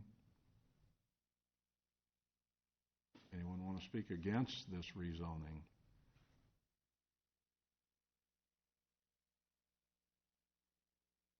Public hearing is now closed. Mr. Nicholson. Yeah, I'd like to recommend approval of ordinance number 17-20, approving a request to rezone property located north of 29th Avenue, west of 44th Street, A1, rural restricted to PD-R and A1, rural restricted to R2, medium-density, single-family residential, Robinson Homes LLC, for initial consideration. Second. Moved and seconded. Council discussion. Who would have a final plat come back to us then? Yeah, you'll have a final plat, probably not until next spring or this upcoming spring. I'm sure he'll be moving dirt this fall, based on, if this gets approved, he'll move dirt this fall, and so probably spring. The first phase, and that first phase will likely be along 20th Avenue with the condominiums. So that would be the next time you would see like potential if there was realignment of the road? I'm Is sorry? that the time you'd see potential realignment of the No, road? No. if we're going to realign the road, we're going to want to look at it prior to the city council approving the preliminary plat, Okay. which again would be hopefully early September or mid-September. So we'd try to have that adjusted. All right. And there'll be another public hearing for a preliminary No, preliminary plat? plat does not require a public hearing. No? No. That's why We will notify the residents of a preliminary plat as a courtesy. It's not a required notice, but we always send it out there. Yeah. And then it's up to the council if they'd like to have comments at that time. It's not a public hearing, so we'll send that out prior to that meeting. That's what I was going to ask, to make sure we sent out notices so these folks know. Oh, yeah, absolutely. It's just not a public hearing, so it'll be the mayor's call to. Because this one was pretty open because of the public hearings, Correct. but a replat or a platting is just, so you guys would never know it was going on unless we notified you. So any other council discussion on ordinance 1720? Hearing none, all those in favor of ordinance number 17-20 signify by saying aye. Aye. Those opposed? Ordinance carries. Open another public hearing regarding Bowman Meadows number 5 additional preliminary site development plan located south of Boyson Road and west of Albernet Road, Midwest Development. Could you give us a preview of this, Dave? I think you earn your keep tonight. Yeah. This is a public hearing, but you'll notice the resolutions have been pulled off the agenda, so there's nothing. We'll open the public hearing, have the comments, close it. We'll have the resolutions approving the preliminary plat and preliminary site development plan at the next city council meeting.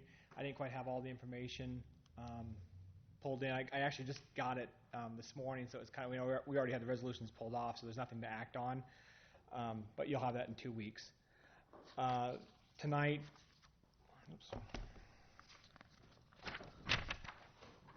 we're looking at an area south of Boyson Road west of Albernet. It's an area highlighted in red. This is a part of the Midwest Skogman development. Originally, they had platted this area for condominiums along New Albernet Road and the church. This is also supposed to be condominiums. They've since come back, and they've had quite a demand for single-family homes, and they'd like to try a new product in there. Smaller lots, only 55 feet wide instead of the minimum of 60, and smaller setbacks. Instead of a traditional 7, they like a 5-foot setback on the sides. Again, these will be smaller homes, some possible 2-story homes, some single-family homes. Really looking more for the, at least with the single-family, with the single-level homes, looking to fill kind of that empty nesters niche in Marion. The 2-story homes, obviously, they don't require as much footprint, so not as much lot. The homes are quite long, though, so they're actually fairly significantly sized homes, just on a little more compact lot. This is you're going to see more of this, I think, in the future, as the home needs change for folks in Marion. But so tonight, it's a revision, just creating single-family lots instead of the larger duplex lots. This is kind of an expensive way to develop this. Has been sitting for a few years. They have all the water stubs to the existing lots, so they're going to have to go into the streets and kind of remove some of those stubs and realign them to make this development work. But the commission did have a public hearing. I don't think we had any public comments at the Planning and Zoning Commission. So we will be recommending approval 2 weeks from today when we actually have the resolutions. I do have a sample site plan I'll present at that time. as well as some building renderings, and they're very nice looking homes. Okay. Does anyone in the audience want to speak for this development? Please come forward. Anyone in the audience want to speak against this development or ask for more information? As you heard Dave say, the actual voting will be the next meeting. Is that right, Dave? That is correct. It'll be the next meeting, and we're going to probably just re-notify again as a courtesy, just so they don't lose track of this project, but I don't anticipate much comment. Okay. Hearing none, close the public hearing. Your Honor, I move to approve Resolution 26,261, setting a public hearing for August 17, 2017, and directing publication of notice of hearing on proposed disposition of a portion of public property located south of 8th Avenue, north of 5th Avenue, and between 27th and 31st Streets, Marion, Iowa. Second. Moved and seconded. Discussion on this? Not hearing any. This is Resolution 26261. All those in favor signify by saying aye. Aye. Those opposed? Motion carries. Just in time for a public hearing, Mr. Mayor. Okay. We have a public hearing regarding preliminary and final site development plan for Sunny Ridge Villas Phase 2, located west of Bison Court and north of Casina Avenue. Public hearing is now open. Any report on this, or are we all familiar with it? Just a little, yeah, just a brief update.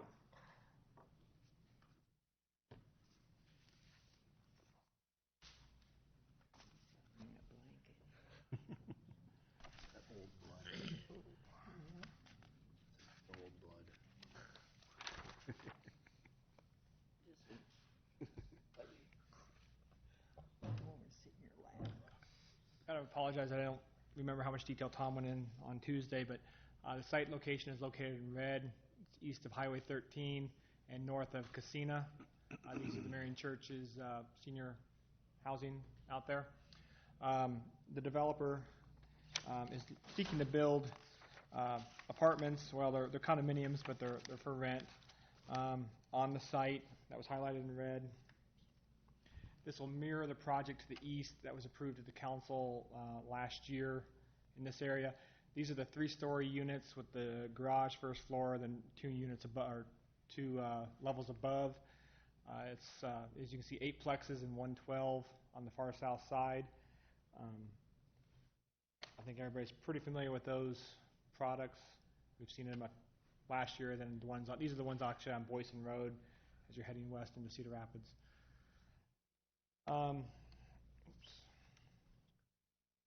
We did have a public hearing at Planning and Zoning Commission last month. I don't think there was really any public comment regarding it. I think they'd seen it coming with the previous development to the east.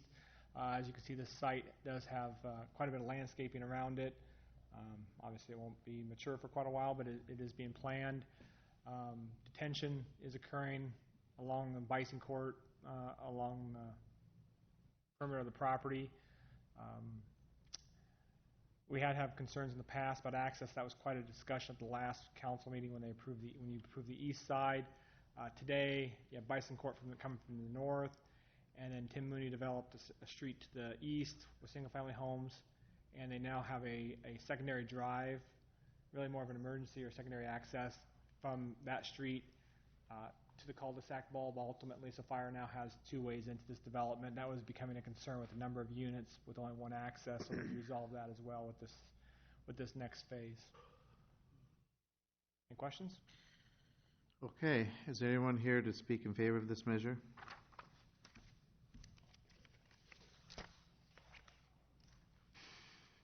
Anyone here to speak in opposition?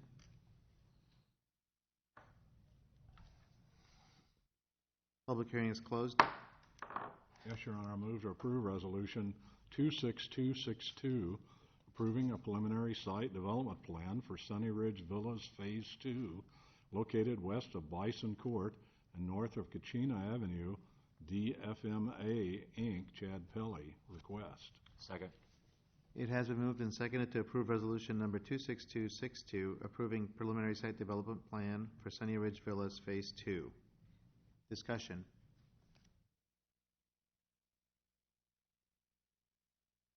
None?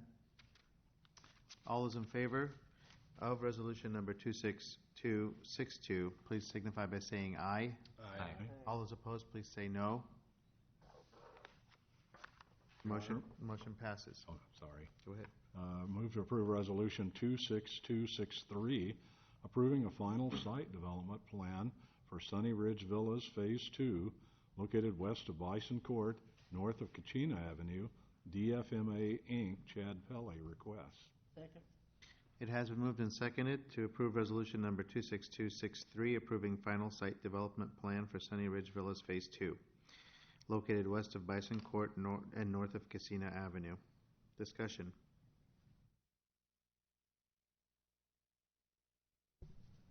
Okay, all those in favor of resolution number 26263, please say aye.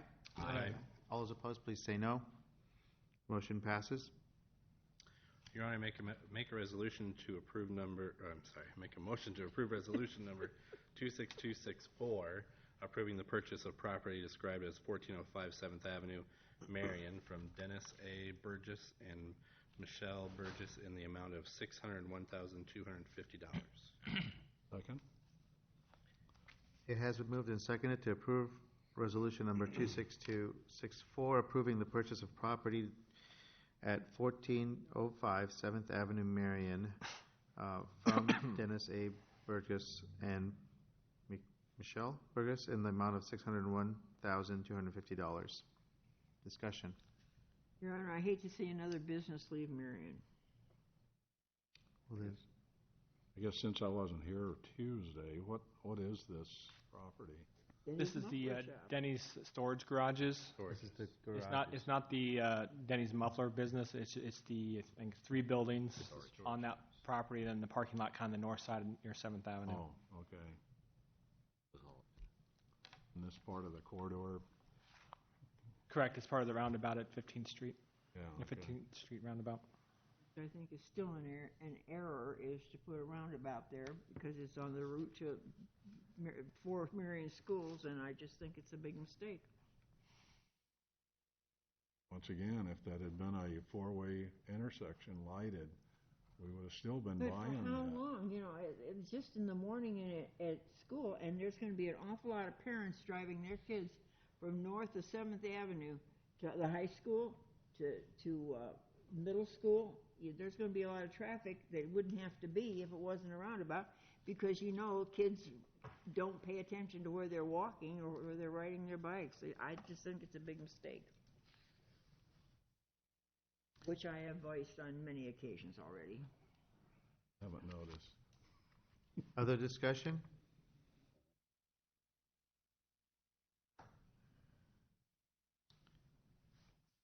Okay. All those in favor of approving resolution number 26264, please say aye. Aye. All those opposed, please say no. Okay. Motion passes. I'd like to make a motion to approve resolution number 26265, approving purchase of property described as 526 13th Street, Marion, from Suzanne Fox Burhans in the amount of $133,225. Second. It has been moved and seconded to approve resolution number 26265, approving purchase of property described as 526 13th Street, Marion, in the amount of $133,225. Discussion? I guess Go ahead, sorry. the money that's coming for buying these, is this part of the local option money, or is it bonding money? The last one was budgeted dollars for the Central Corridor project, which originally started using local option sales tax dollars, but later phases have been from bond dollars. This one is the purchase of the house over here. That's the last remaining property on the City Hall block. And what we were planning on doing was allocating that out to the fund balance of the utilities, the same way we do things like overhead expenses like the finance department or the city manager department. So it's a fairly small expense, so we'll just do it against those fund balances and spread the cost out. Okay. Thank you. Other questions or discussion? Plan for the house? Long-term plan would be to remove the house when we reconfigure the parking lot, but there's nothing on the immediate time horizon plan for that. If and when that happens, it would be likely happen with the addition of a third floor onto City Hall. In the interim, we'll look at the house and have building inspection go through it and see if it's in a condition where it can be rented. So no inspections have been done on it yet? We haven't done anything on it just for this acquisition. When it was rented, and when she was out of the house for a while, we had done some inspections, so it was suitable for rental at that time. We just don't know if there's going to be anything additional that needs to be done to it until then, to bring it back up. Talking to the renters who used to rent it, there was water issues in the basement, which did damage to the wood floors on the first floor. So I don't know if they've been fixed since then, but That's good to know. That's something that we can take a special look at when we go through. We could make it a mayor's residence, so if you're a mayor, you have to reside in there. Thank you. I thought it was going to be city manager. City manager's office. The mayor's mansion? Do you know that residence was owned a long time, probably built by Fern Spence, who was a Swedish masseur, and who used to play her conga drums for various customers. Just threw that little bit of history in there. I bet you didn't know that, Paul. Sure. He used to go Oh, he was one of them. Other discussion? All those in favor of resolution number 26265, please say aye. Aye. All those opposed, please say no. Motion passes. Do we have an update on Yeah, I'd ask Chris Road? I'd ask us to be on here just to make sure everybody understood. I think what was discussed at Tuesday. I kind of wanted to summarize it one more time for the council, in case anybody was in the audience. Tom and I went back and listened to the minutes, and I think what we've kind of come up with, or what we heard is, and what we're going to probably propose at the next meeting will be number one, and this is just for the area around ESCO that we talked about in that highlighted area. That's the request. First one is just to remove bars as a permitted use, period, in that area. Second, we have to define a bar. We'll define the bar in the ordinance, and we'll define it again within the code. And a bar, by most definitions, is generates revenue in excess of 50% in just in alcohol sales. The third item Tom was proposing was a 1 a.m. close for that area. And then again, we'll be shooting for August 17th for that meeting. We'll do a courtesy mailing, again, the same one we've done in the past, to all the residents up there. Public hearing was open and closed already, but again, mayor's discretion if he wants to open that back up for some additional discussion. But we'll shoot for August 17th. But those would be the three things I think or at least I pulled out of the minutes on Tuesday, and I wanted to summarize them tonight. I don't know if it was the general consensus, but we mentioned that wouldn't it make sense to, we're going to go through this discussion again for the property to the east, for the section to the east about eliminating bars. Wouldn't it make sense to just eliminate bars altogether? Yes, but that has not been, that's really expanding beyond the ordinance that the P&Z recommended, so we'd have to go back to P&Z again on the balance of the property. We're just trying to keep moving forward with the request here tonight, or the request here around ESCO, and then we have to go back and look at the whole area separately and get a commission or get a planning commission recommendation. Have to have the discussion again. Okay. Yeah, we're going to have it again, but it's just, if we amend it now, we're really amending it way beyond its initial intent when we'd have to take it back anyways. Okay. So I hope that summary is accurate. I mean, if it's not, let me know, and we'll make a few changes. In this area that we're talking about, does not abut any residential property? It's about 180 feet away. It does. That's Yeah, I 180 can put the feet away map up from. if you'd like. If you'd like Yeah, to see the map let's again. look at it real quick. This, Yeah. So it does not abut any residential real estate at all. it might here. That's office, zoned office over there, though. Oh, it is? Yeah. Okay.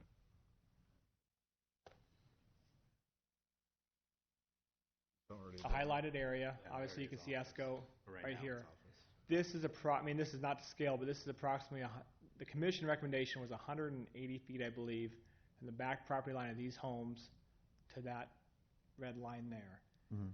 Now, to the west, you have Irish Drive.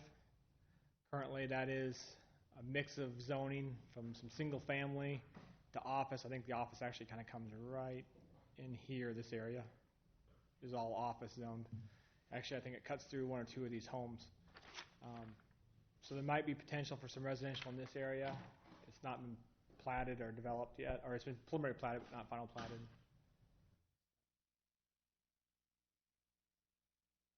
Is P&Z going to take up those areas as well? Or? The balance of the areas? Yeah. Yeah, I mean, I think the council's kind of made that clear that they'd like us to look at that, and that's just something we'll try to get on our next available council meeting, or Planning and Zoning Commission, which won't be until September now, second week in September, to get that on that meeting. You let council know when that's going to come up so we can. Yeah, absolutely. Appreciate it. Okay. So the other area that we're not discussing, the developer still wants to the east. Towards 10. Yeah, the developer still wants the time restriction removed, correct? Well, again, this request was really started with the city council. This was not a developer request, but I think he would ultimately, I think he'd like to see fewer restrictions on the balance of the property. So when we go to look at this, amending this, we're going to obviously have the public hearing and try to tailor it to something that can meet both his needs to develop and the citizens' need to live, comfortably. My biggest worry about is opening this up is every time we've opened this up, it's always been more and more restrictions placed on it. If we go and discuss this area, all of a sudden are we going beyond bars and hours of operation? Are we all of a sudden adding on additional restrictions? It's just one of those things I think it's going to keep coming up. I'd like to figure out an ordinance, get it adopted, and then get this area developing again. So what are you saying? Well, when we brought this initially, when this was initially proposed, there was very few restrictions, and every time he's made amendments, more and more restrictions have been placed on it, and it just opens up. Okay, we give up the hours of operation, but now let's talk about this, and it's one of these things that just keep compounding in this area. But you're piecemealing it. I mean, we had suggested that you do an entire overlay of the area with all the restrictions and everything all together. Again, you guys are piecemealing. Yeah, all I've heard is a Tower Terrace zoning district, but in my opinion, there's 6 or 7 different Tower Terrace zoning districts that have to be created. It's not a one-size-fits-all. I This agree. section of Tower Terrace is much different than another section of Tower Terrace. I agree. I mean, I think that the area to the east has much different considerations than the area you're looking at. Well, you're looking at a 6-month minimum, maybe longer, if we really want to take all of No, Tower Terrace. I know. I just want to be clear that, I mean. Now, we don't want to, the initial recommendation, and it was not to piecemeal any of this, and this piecemeal came out of the commission. Okay. I think it can all be done if it's done thoughtfully and, wherever buffering and screening is needed, that you maximize whatever can be done so that everybody's interests are protected. It can be done.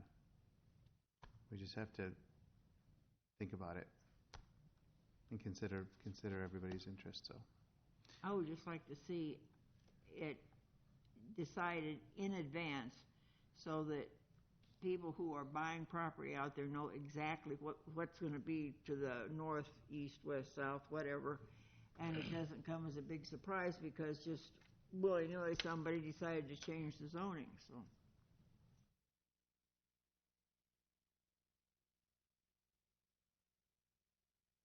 Okay? So we're hoping for the 17th to bring this back. So. Okay, what happened to I thought we were proposing a midnight closing time during the week and 1 o'clock on weekends, or has that gone away?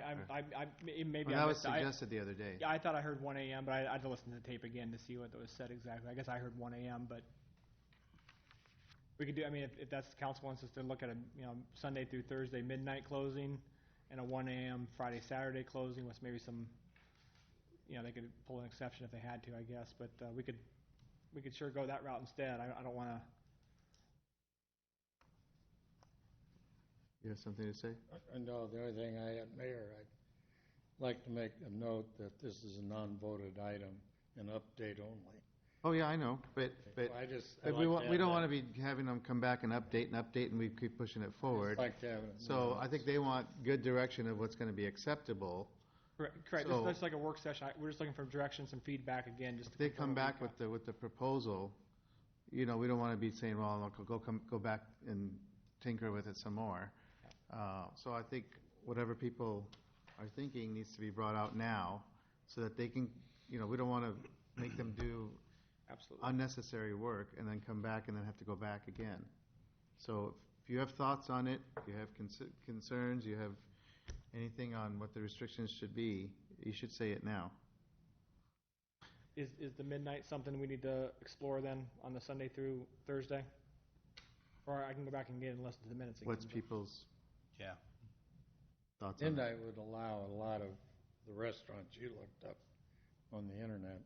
I think Friday night is a weekend. But he's saying 1 o'clock Friday, a week. yeah, again, we'd look at a Sunday through Thursday till midnight, and then a Friday, Saturday, 1 a.m. I still think I think that, I'm sorry. No, you're fine. Go ahead if you're talking about that Well, time. I think that would go a long ways towards satisfying the concerns of the neighborhood. I still think that the definition of a restaurant should be more than a 50-50 or 51 to 49 Again, food, yeah, and in my again, opinion, at least for this area. Yeah, the 50 boils down to the insurance regulations, and really pretty much a state. I mean, I didn't search every city in Iowa, but the major cities were all about 50-50 from what I could find. So I would like to create some odd regulation that no one else applies for. If they're restaurant owners, they own more than one restaurant typically, and I just want to make it as seamless as possible between the different jurisdictions in the metro. So it's just easier to patrol that if it's on the same basis as a dram shop. Understand. It's more difficult if you say 30 or 70 or whatever. Because the state's looking into it for the insurance. Is that what you mean? Right. Okay. Their liquor liability, a restaurant is a different rate than a bar. Mm-hmm. And I think Lon said at one of the meetings that the typical chain type restaurants that have a bar, their percentage of sales of alcohol is like what?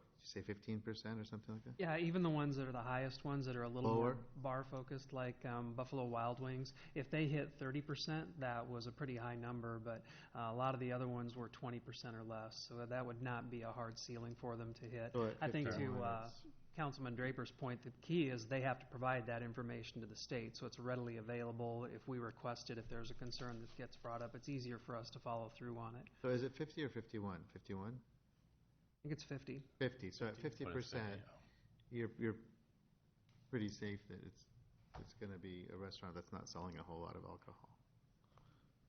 I mean, That still seems a lot of alcohol to me. Yeah. 50% of a restaurant's. I mean, Mr. Peterson said he eats 3%. So 3%. That's and how many people get a beer with pizza, But I don't know. My opinion. But what's everybody else think?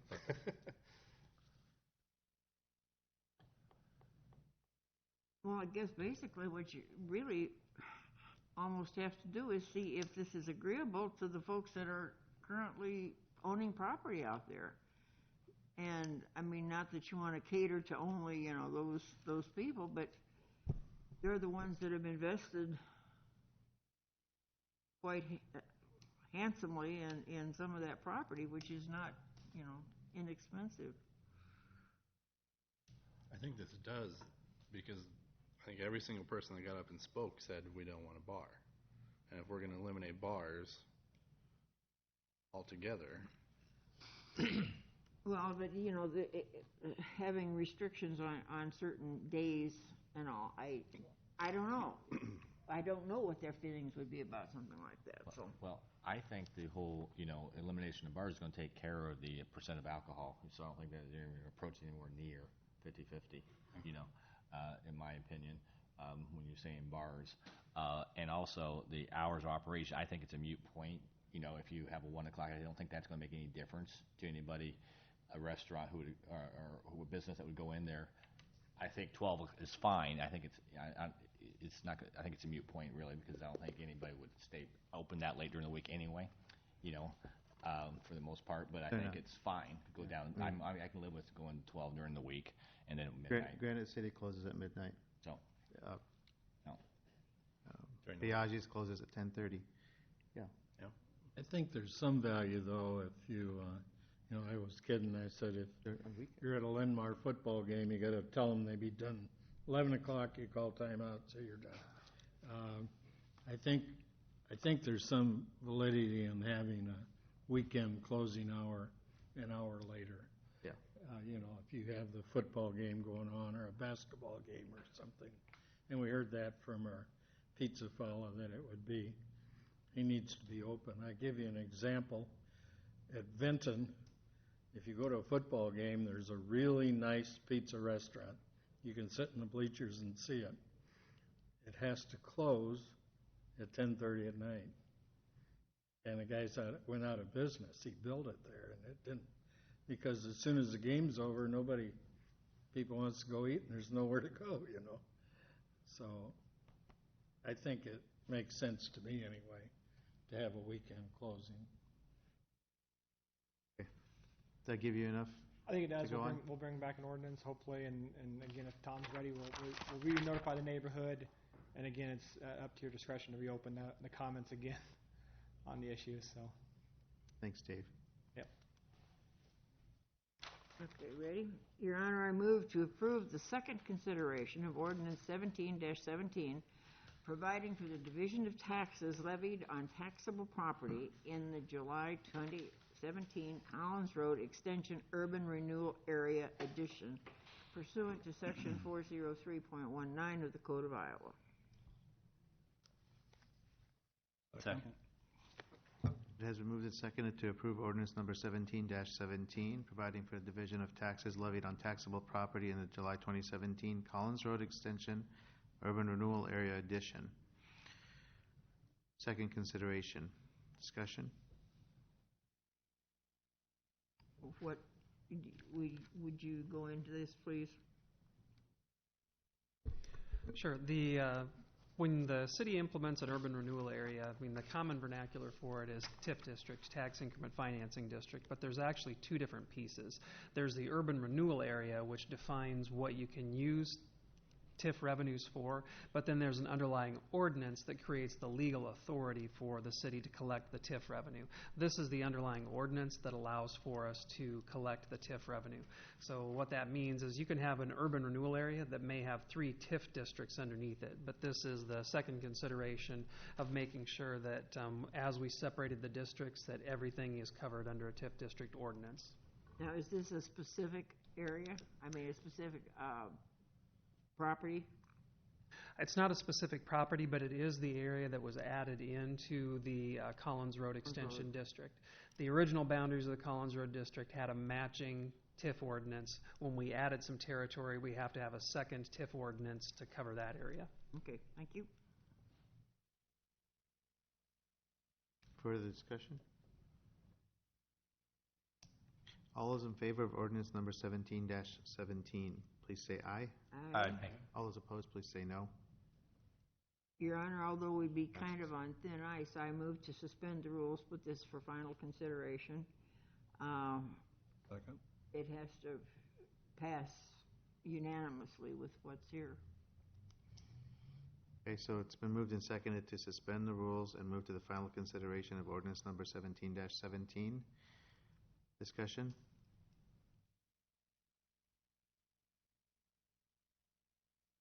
All those in favor of the final consideration of ordinance 17-17, please signify by saying aye. Aye. All those opposed, please say no. Motion passes. The next three items will be handled by Mayor Pro Tem. Open a public hearing regarding the proposed development agreement with Squaw Creek Crossing Incorporated.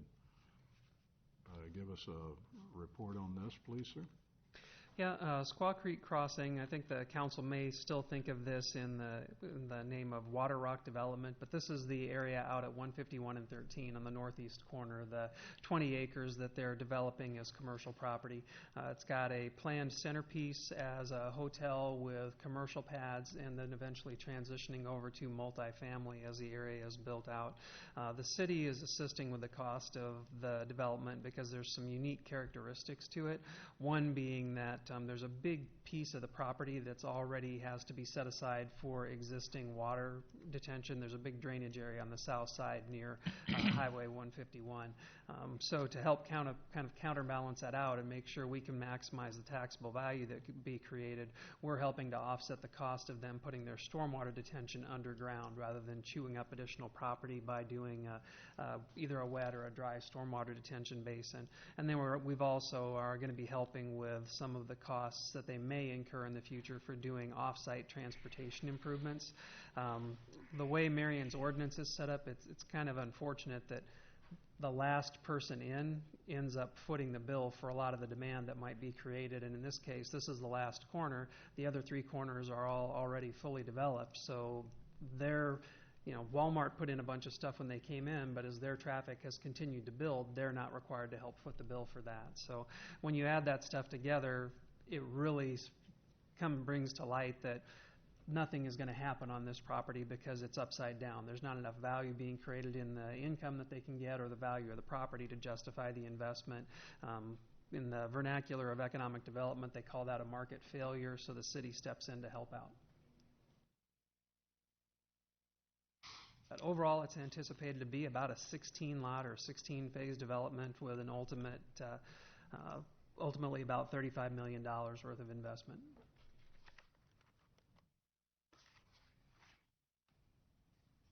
Okay, hearing that then, is there anyone want to speak in favor of this project? I take it you're coming. My name is Nick Gluen, President of Marion Economic Development Corporation, and here we are at the end of a nice long meeting, and I just wanted to take this opportunity not only to speak in favor of this project, we've worked closely with the developer on this one, but to just speak kind of globally after we have a meeting and topics including today, to just publicly on behalf of Marion Economic Development Corporation and also encouraging you to do the same, to really thank this developer and frankly all of our developers who are bringing projects of this scale to our community. Obviously these are larger projects than our community has had an opportunity to deal with in many years. So this is an extremely exciting time for our community, and it's projects like this that continue to drive projects that traditionally our organization works on as we work to develop our industrial park. These are the types of projects that really begin to be game changers for our community. So I again are here to publicly say thank you for the investment that's being made in this community by the developers that are presenting this project, and ask that you would support the development agreement that's being proposed to you. Thank you. Thank you. Anyone else speak for this project? Anyone want to speak against this project or want more information on the project? Hearing none, public hearing is closed. Somebody read the number 3. I make a motion to approve resolution number 26266. Approving a development agreement with Squaw Creek Crossing Incorporated, authorizing annual appropriation tax increment payments and pledging certain tax increment revenues to the payment of the agreement. Second. Moved and seconded. This council discussion on this. What's the dollar figure that the city's putting into this? The maximum amount that would be rebated over a period of years is up to a maximum of $9.2 million.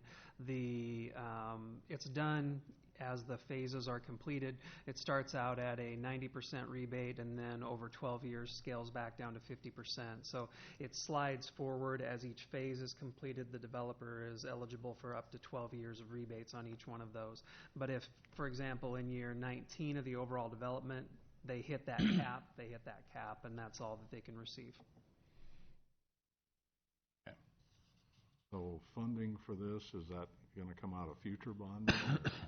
No, this is all a rebate, which means that the developer is paid out of the taxes that are paid by the buildings and the owners that buy their property and build, or from the properties that they build and then lease out. So the city doesn't have any upfront cash in it.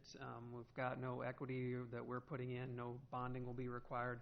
This is all based off of rebates as the project moves forward. Okay. So is it like one project pays for the next phase? Is that kind of how it's like a rolling type? In this one, it's a little bit different because they have to do a lot of work up front. I mean, if you've driven by, you've probably noticed that the grading work for the bulk of the site has already been completed, even though they're only moving forward with the first phase of the project. So, the first phase, which is, one building and then the Dupaco, they'll be eligible for 12 years worth of rebates off of those properties. When the next phase is developed, if there's 2 more buildings, they can get 12 years off of those buildings until they reach that maximum level of investment for the city. When we did our initial projections around it, we figured that would be total rebates that they would actually get for about 17 years. Certainly the city will reap more than what the golf course was paying in for property tax, even with the rebates. Yeah, by the time this is done, the anticipated property taxes for the whole site would be around $1.3 million. Per year? Yeah. Yep. Is that Linmar? Is that Linmar area? That's Linmar, yep. I wondered why Renee was licking her lips there. Yeah, the GLD project is in Marion Independence boundaries. Yeah. This one is in Linmar. Yeah. Any other discussion from council then? Resolution 26266. All those in favor signify by saying aye. Aye. Aye. Those opposed? Motion carries. Mr. Draper, would you read, Which one? can you do one? Oh, Make you work. 26. Yeah, time I go to work, you mean? Resolution 26267, approving memorandum of understanding, MOU, regarding tax financing incentives for Genesis Equity, LLC. Second. Moved and seconded. Discussion on this?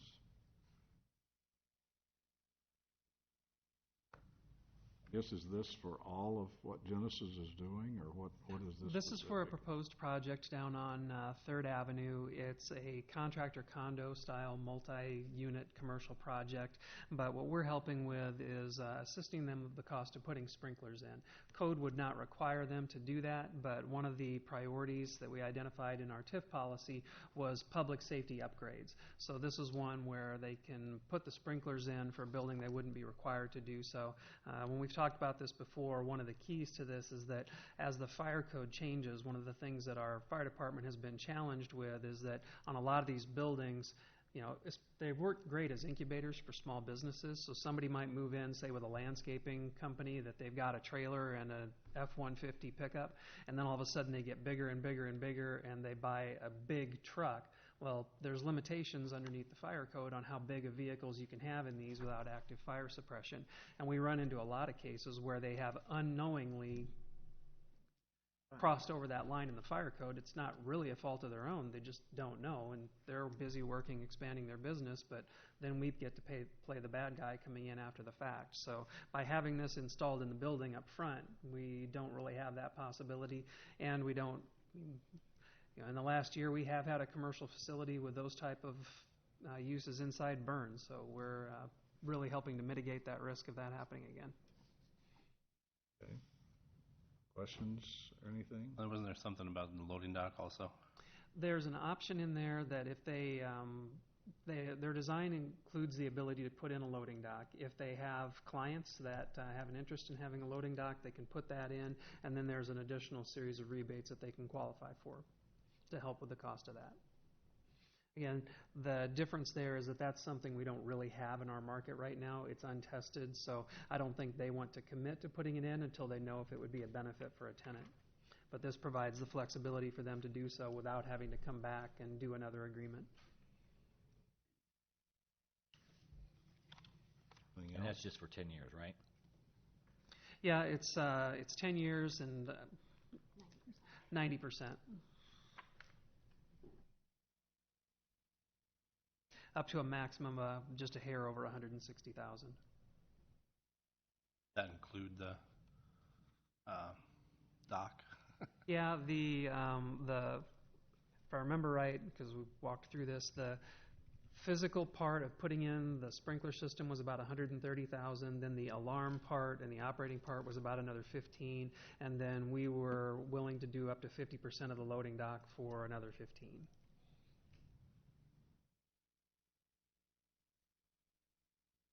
Anything else?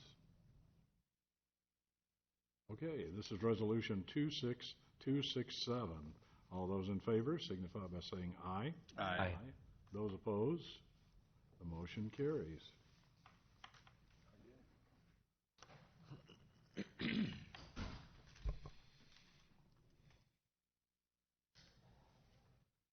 for the appointments. Your Honor, I make a motion to approve these appointments. Molly Lorenz for the Tree Board, term expiring 1/1/2018. Jane Sternad Nelson for the Marion Art Council, term expiring 1/1/2019. And Adam Kofid, I'll guess, for the Planning and Zoning. Did you miss Matt? I'll get him. For Planning and Zoning Commission, term expiring 12/31/2018, and then Matt Arenholtz for the Planning and Zoning Commission, term expiring 12/31/2021. Second. Moved and seconded. Okay, so it's moved and seconded to appoint Molly Lorenz to the Tree Board, Jane Sternad Nelson to Marion Arts Council, Matt Arenholtz to Planning and Zoning Commission, Adam Kofed to Planning and Zoning Commission. Any discussion? Randy, is Jane your relative? Mr. Arenholtz is in the audience here, and he was at the last meeting. And I've talked to them, and I think they'll do a great job. So.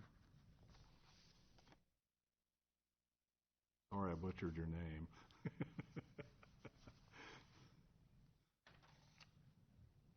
Okay, no discussion? All those in favor of the appointments, please signify by saying aye. Aye. All those opposed, please say no. Motion passes. Discussion. Your Honor, I've heard another rumor, and this is true, and I just want to clear it up, that there are thoughts about turning 7th and 8th Avenue into one-ways. I've heard it.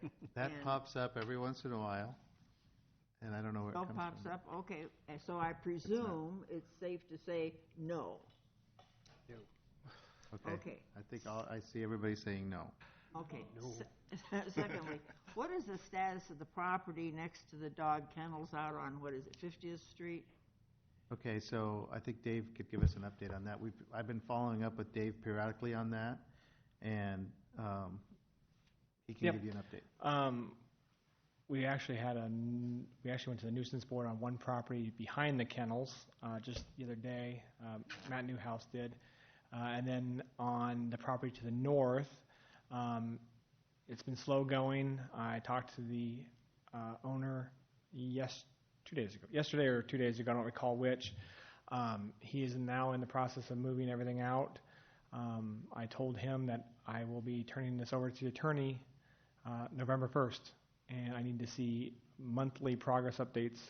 He had a deadline of August 30th. I thought it was August 1st, but it was August 30th.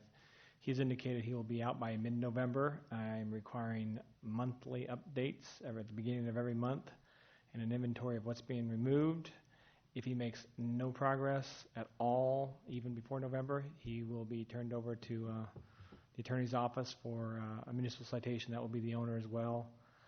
So it's been incredibly slow. I appreciate the patience, but it's unfortunately that stuff did not accumulate in 1 year. It's accumulated over 10, 15 years, and of no enforcement out there. So we're playing catch up, unfortunately. But Are you keeping the kennels apprised of what's going on? I haven't yet. Please do, because Yeah. that's a nice. Yeah, and it's a fine line though. It absolutely is an industrial area, and they could do what they do. They could do what they do as long as they kept it on a hard surface and organized it a little bit better. But all the uses out there are permitted, and have as much right to that property as the kennel. They just need to clean up how they do it. So we could have it cleaned up, and then tomorrow somebody else could open up a business, and it could be just as loud and just as obnoxious. But if they keep it on gravel and they maintain the weeds, there's nothing we can do. Well, let's maybe change that. I might change the zoning for just to clean up the area. Thank you. Yep. Dave? Make one little comment. My 16-year-old daughter just got back Monday night from a 10-day trip over to Europe. And I was talking to her today about the culture and the environment. She was in Paris and she was in Barcelona and a few other towns over there. And we were talking about pedestrians walking around and the traffic and how little streetlights there are. And one comment she made to me is she said, "Dad, there's roundabouts everywhere over there, but they go so smoothly that you don't even know." She said the traffic just flows so smooth around the roundabouts. And How wide are they? I have not a clue. I wasn't there. They're very small. But they work small. great apparently, according to my 16-year-old daughter, who's only been driving for not even a year. So anyway, that's all I got. How many school buses? How many semis? Lots of traffic in Paris. Well, we're behind Mr. Draper here a few years, but tomorrow is our 44th wedding anniversary. So we're just youngsters compared to 60. Kids. Yeah, Yeah, right. Congratulations.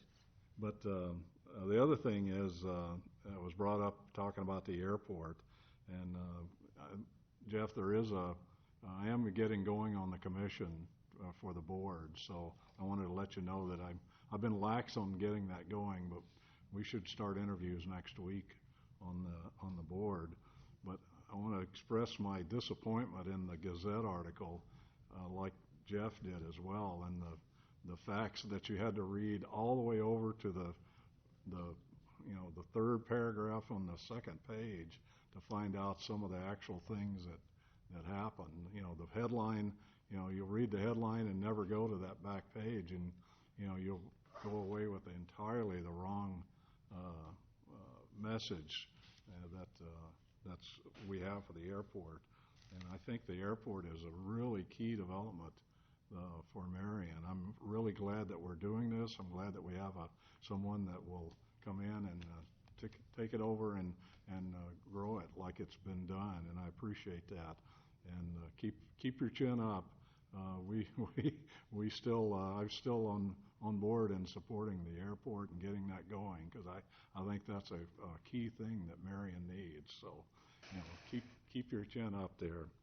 The other thing is that was brought up by one of the residents, and that's about the city manager. Marion is a manager, mayor, council type of government. And in my view of that the city manager runs the city. The city manager hires and fires the people. The council gets approval of those that are hired, like we just did for the police chief. That he did the board selects it, and then the manager picks out of that one person, and then that's brought to council. And that's my understanding of how a manager, mayor, council government works.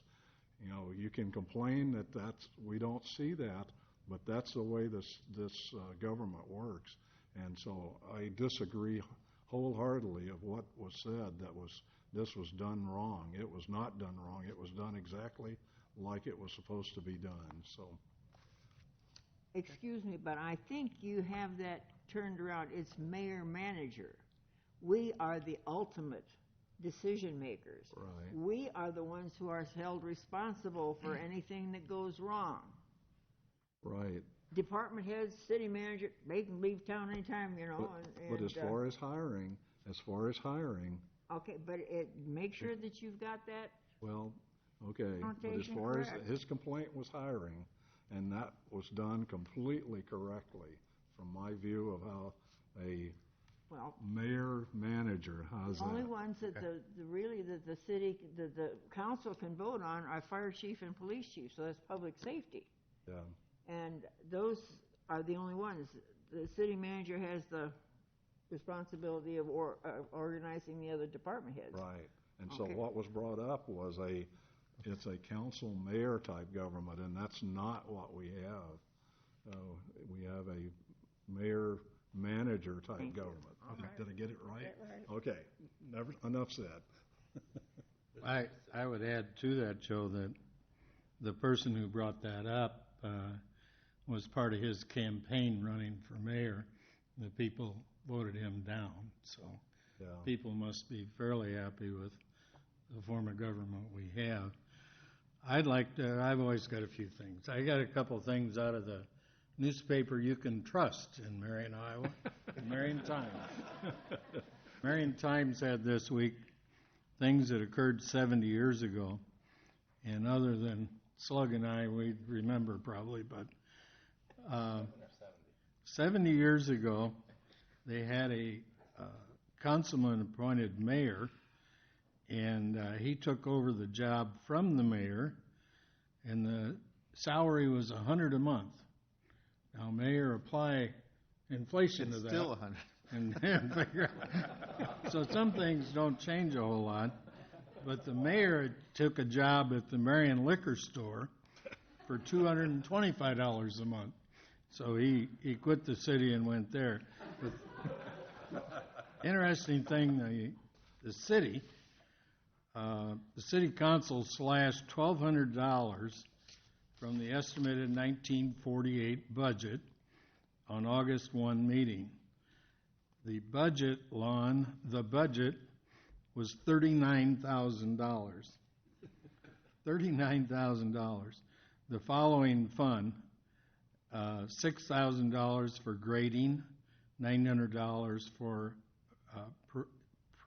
pavement, $3,000 sewer and water, lights $4,800, sewage disposal $2,400, fire maintenance $4,200, fire equipment $900, library $2,400, and the bonds were general obligation at $2,400 and sewer bonds at $1,500. So this is 1948. You know, the war was over. We were moving forward. But in Marion, one of the important things that occurred in 1948, on September 28th, the Armar Ballroom opened. 1948, and the Armar Ballroom opened with Harry James. Some of us remember Harry James. And it's interesting how they built that building. They built that building out of military surplus. They bought the 100-foot truss, came out of an Air Force base in Sioux City, and they railroaded them in, and that's how that building had such a large span in the middle of it. The building was 215 by 130 feet. The dance floor was 7,500 feet. They had seating for 1,600 people. Some of the entertainment that came there, I would remember. You guys might not. But Louis Armstrong, Frankie Carl, Zagier Kugat, Jimmy Dorsey, Tommy Dorsey, Duke Ellington, Jan Garber, Woody Herman, Harry James, Sammy Kay, Wayne King, Guy Lombardo, and Glenn Miller. And they had some other entertainers, young as they were, by the name of Frank Sinatra and Barry Como. And I've got a guy up there, if I didn't mention Leo Greco, he'd be really pissed at me, so. That's all I have this Mayor. It's been an interesting week. So I also want to comment about the public comment portion. The gentleman who spoke, with all due respect to him, I think he had some misunderstanding because he seemed to indicate that we were somehow stifling people from addressing the council, which didn't make sense to me. For purposes of keeping order, you have to be recognized to come up and speak, and we ask people to fill out the card with their name and address. But I think we've been very generous in allowing people to speak at any time during the council meeting, not just during that section, and on any agenda item that concerns the individuals. We invite them to come and address the council. This council has been more open and available to people than I think, at least in my recollection, councils have been. We make every effort to be out in the community, to be accessible to people, and to answer their questions and to listen to them. So I just wanted to make that clear. This city has grown nearly 50% since the year 2000. In the last decade, the city has managed to catch up on infrastructure that was neglected in the past, upgrading the infrastructure, working with all the growth that is happening, directing where it goes, helping to create nearly $1 billion of additional taxable value. I think I'm correct in saying that. The quality of development, the size of development, the value of development that we're seeing, we've never seen before.